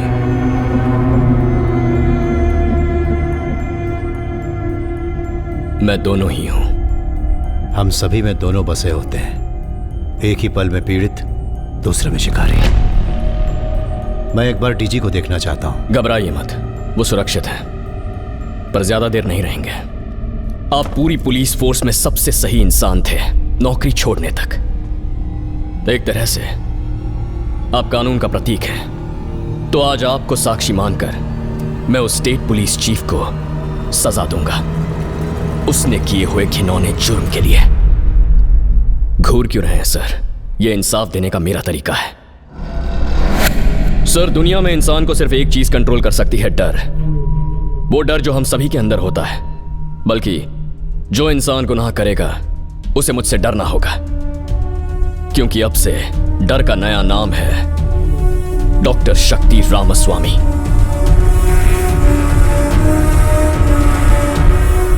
जिंदगी का हर सुख छोड़कर इस विश्वास के साथ कि तुम जो कुछ भी कर रहे हो समाज की भलाई के लिए कर रहे हो। डॉक्टर श्रेया तुम्हारे इस जुर्म में तुम्हारे साथ खड़ी हुई है। वो तुम्हारे साथ प्यार की वजह से या इसी डर की वजह से? डर से भयानक चीज इस दुनिया में कुछ भी नहीं होती। सही है ना डॉक्टर? अपनी मर्यादा में रहकर मुझसे बात कीजिए मिस्टर मैथ्यू। तुम इंसानी मर्यादा बहुत पहले पार कर चुके हो, तो अब तुम मुझे क्या पढ़ाओगे मर्यादा का पाठ? हाँ सर, पार कर चुका हूं मैं। हम बचपन से सुनते आए हैं, कोर्ट की सजा, सरकार का फैसला, ये सब सही होते हैं, लेकिन असल में ये सिस्टम नहीं है जो फैसला करता है। ये काम तो ताकतवर लोग करते हैं। अगर कोर्ट की बात करें तो 2-3 जज, सरकार की बात करें तो मुख्यमंत्री, धर्म की बात करें तो पंडित। इन सब लोगों का फैसला पत्थर की लकीर बन जाता है और वही कानून होता है। इसीलिए जो भी मुझे सही लगा मैंने वही किया। जिन शब्दों का प्रयोग अभी तुमने किया है, दुनिया के सबसे बड़े डिक्टेटर ऐसे ही शब्दों का प्रयोग करते थे। और मुझे नहीं लगता तुम्हें यह बताने की जरूरत है कि उनका क्या हश्र हुआ था। कम ऑन सर, हमें भी अभी एक डिक्टेटर की जरूरत है। हमारे देश को जरूरत है कोई मेरे जैसा। गलत लोगों की अंधभक्ति करने से ज्यादा बड़ी बेवकूफी दुनिया में और कुछ नहीं हो सकती। और इसे लगता है यह कानून से बड़ा है, और मुझे बहुत दुख से यह कहना होगा कि यह एक पागल है। मैं पागल हूं? मैं पागल हूं? श्रेया, तुमने सुना इन्होंने क्या कहा? इन्हें लगता है कि मैं पागल हूं। जो लोग पैसे और ताकत का इस्तेमाल करके कानून के हाथों से बच निकलते हैं, तुम उन लोगों को सजा देना चाहते हो? तो फिर तुमने उन 3 बेकसूर पुलिस वालों को क्यों मारा जो डीजी के सिक्योरिटी गार्ड थे? ओह हाँ, वो लोग, वो मैं रोक नहीं पाया। एक अच्छे काम के लिए एक छोटा सा बलिदान। और उन परिवारों का क्या जिन्हें तुमने अनाथ कर दिया? उन्हें न्याय कौन दिलाएगा? तुम्हारा न्याय सीमित है डॉक्टर, और ये लड़की भी तुम्हारे लिए उन्हीं जैसे लोगों की तरह होगी। एक और छोटा सा बलिदान। Mister Matthew, don't cross your limits. अपनी ये चालें मेरे साथ मत खेलिए। जिंदगी एक घिनौना मजाक है डॉक्टर, जीनी पड़ती है। You know that I know it. Yes, doctor, I know that you know it. मैं भी अब तक इसी दिन का इंतजार कर रहा था कि कब तुमसे मिलूंगा।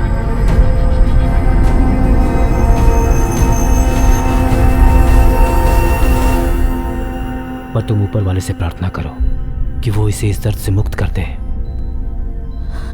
अब और नहीं, मुझसे ये दर्द सहन नहीं होता।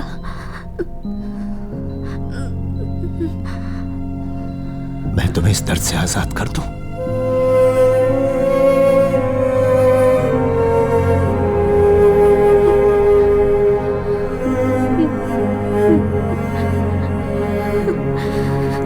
जिंदगी में मैंने कभी भी किसी से इतना प्यार नहीं किया।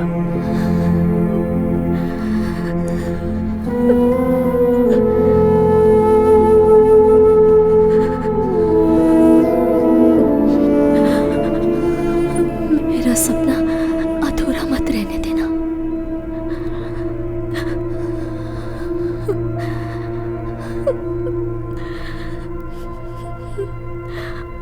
वादा करो कि वो स्कूल बनवाओगे।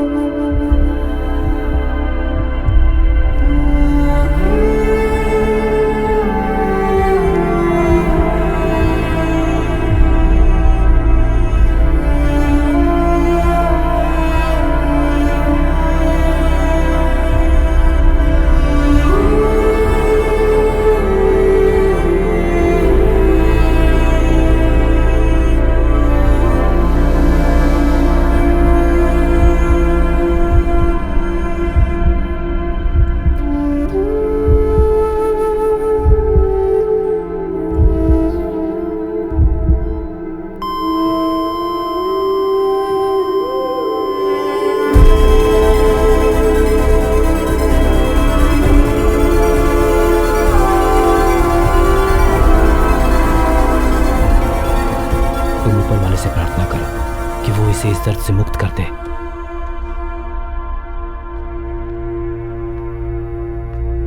आपकी पत्नी की मौत के बाद मुझे एहसास हुआ कि आपका फैसला सही था।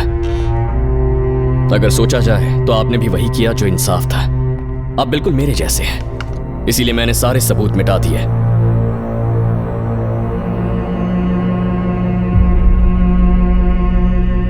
यूथनेसिया, मर्सी किलिंग, दया के कारण हत्या, कानून के हिसाब से यह बिल्कुल गलत है, फिर भी आपने ऐसा किया।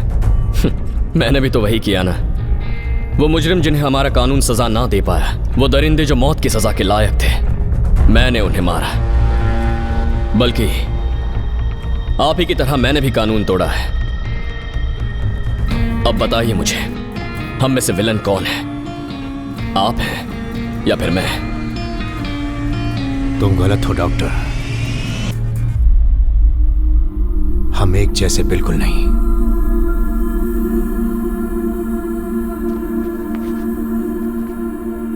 बिना कुछ महसूस किए, बिना एक भी मिनट पलक झपकाए मेरी पत्नी वहां जिंदा लाश बनकर पड़ी थी। और थोड़े वक्त के लिए जब भी उसे होश आता, तुम भी जानते हो कि वो किस दर्द से गुजर रही थी। उस दर्द में भी वो मुझसे पूछती रहती कि हमारी बेटी कैसी है। उसे मालूम था कि वो उसे फिर कभी नहीं देख पाएगी, फिर भी वो पूछती ही रहती। और जब मैंने पूछा कि क्या मैं तुम्हें इस दर्द से आजाद कर दूं, वो मेरी तरफ देखकर मुस्कुराने लगी। उसकी आंखें बंद हो रही थी, सांस भी नहीं चल रही थी। मैं वहां खड़ा देखता रहा और तब मुझे एहसास हुआ कि दरअसल प्यार की आखिरी मंजिल मौत होती है। I killed her out of love. You kill people out of hate. हम दोनों एक दूसरे से बिल्कुल अलग हैं डॉक्टर। बस बहुत हुआ मिस्टर मैथ्यू मंजूरन। मैं आपको यहां जिस लिए लेकर आया हूं वो होकर रहेगा। अब बैठ जाइए। श्रेया, नजर रखो।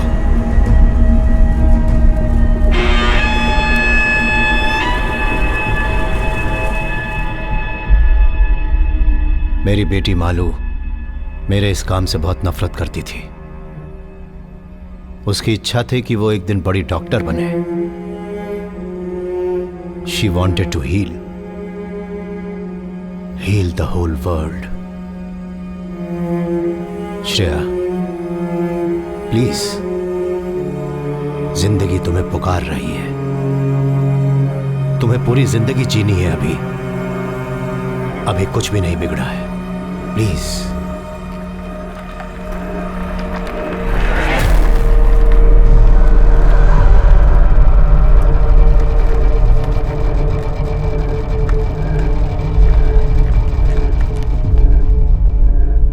इस आदमी का काम था आम लोगों की जान की रक्षा करना, उनके अधिकारों की रक्षा करना, पर इसने ऐसा नहीं किया। एक बहुत ही नेक इंसान था जिसका नाम था खालिद मुस्तफा। इसने मारा उसे। नहीं मैथ्यू, नहीं। उसकी मौत एक राज बनकर रह गई। केस फाइल करने वाला भी कोई नहीं था। कम से कम तुम तो मेरा यकीन करो। जब मुझे लगा मेरा बड़ा नुकसान होने वाला है तो हॉस्पिटल जाकर मैंने खालिद को मार डालने की धमकी दी थी, लेकिन उसकी मौत से मेरा कोई लेना देना नहीं है। वो एक्सीडेंट असली था, मैं सच बोल रहा हूं। मेरा यकीन करो बातियों, प्लीज। पर मुझे तुम पर यकीन नहीं। डॉक्टर, मुझे गुस्सा मत दिलाओ मिस्टर। प्लीज, मैंने कहा मुझे गुस्सा मत दिलाओ।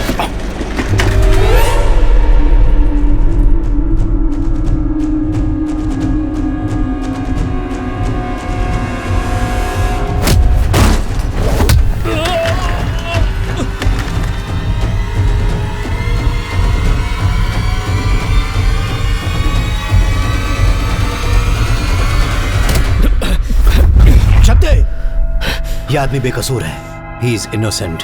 बेकसूर है?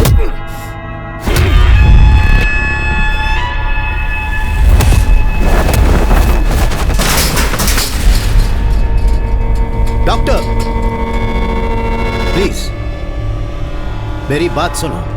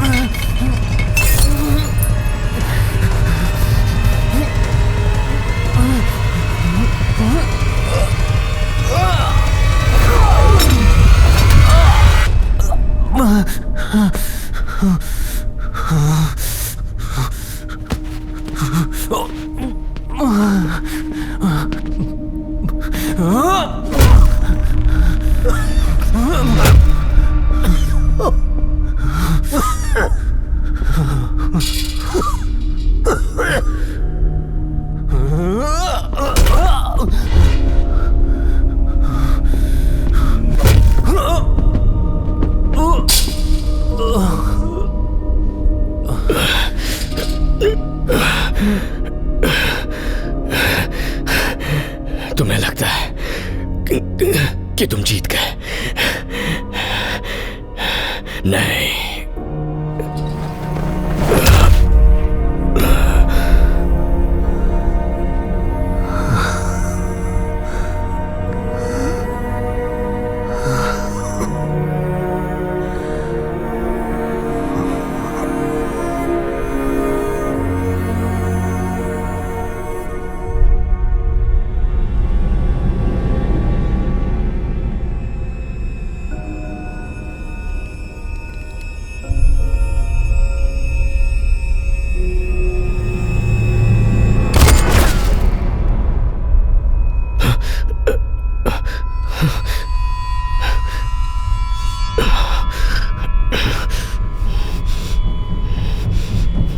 श्रेया, तुम भी? अब मैं तुम दोनों को नहीं छोड़ूंगा।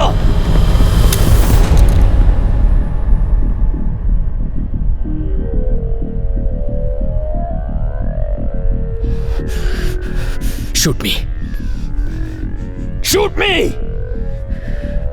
पर कल पूरी दुनिया यही कहेगी कि जो मैंने किया सही था। तुम कानून के रक्षक हो ना? अगर हिम्मत है तो चलाओ।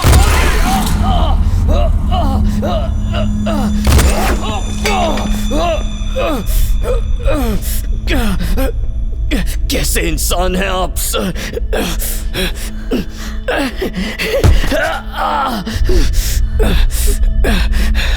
अभी भी कानून के हिसाब से चल रहे हैं आप।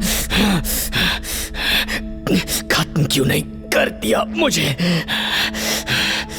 इस दुनिया का यह दस्तूर बिल्कुल नहीं है मिस्टर शक्ति कि एक इंसान किसी दूसरे इंसान की जान ले ले। तुमने मुझसे पूछा था ना कि हम में से विलन कौन है,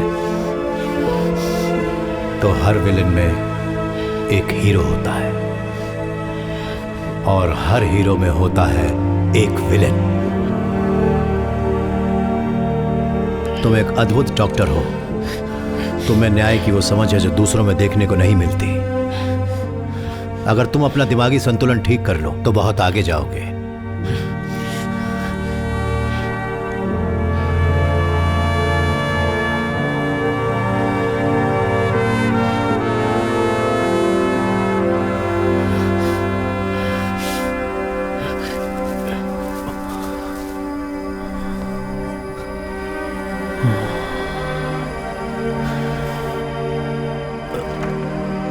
सॉरी मैथ्यू, मेरी गलतियों के लिए माफ कर दो।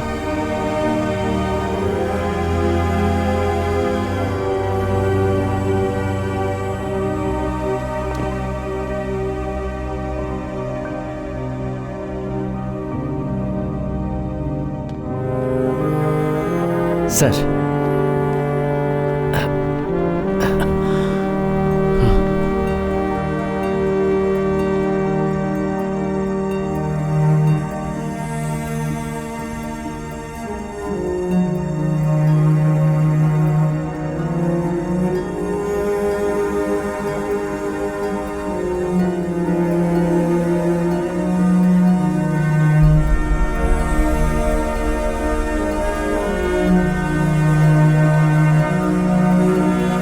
सर आप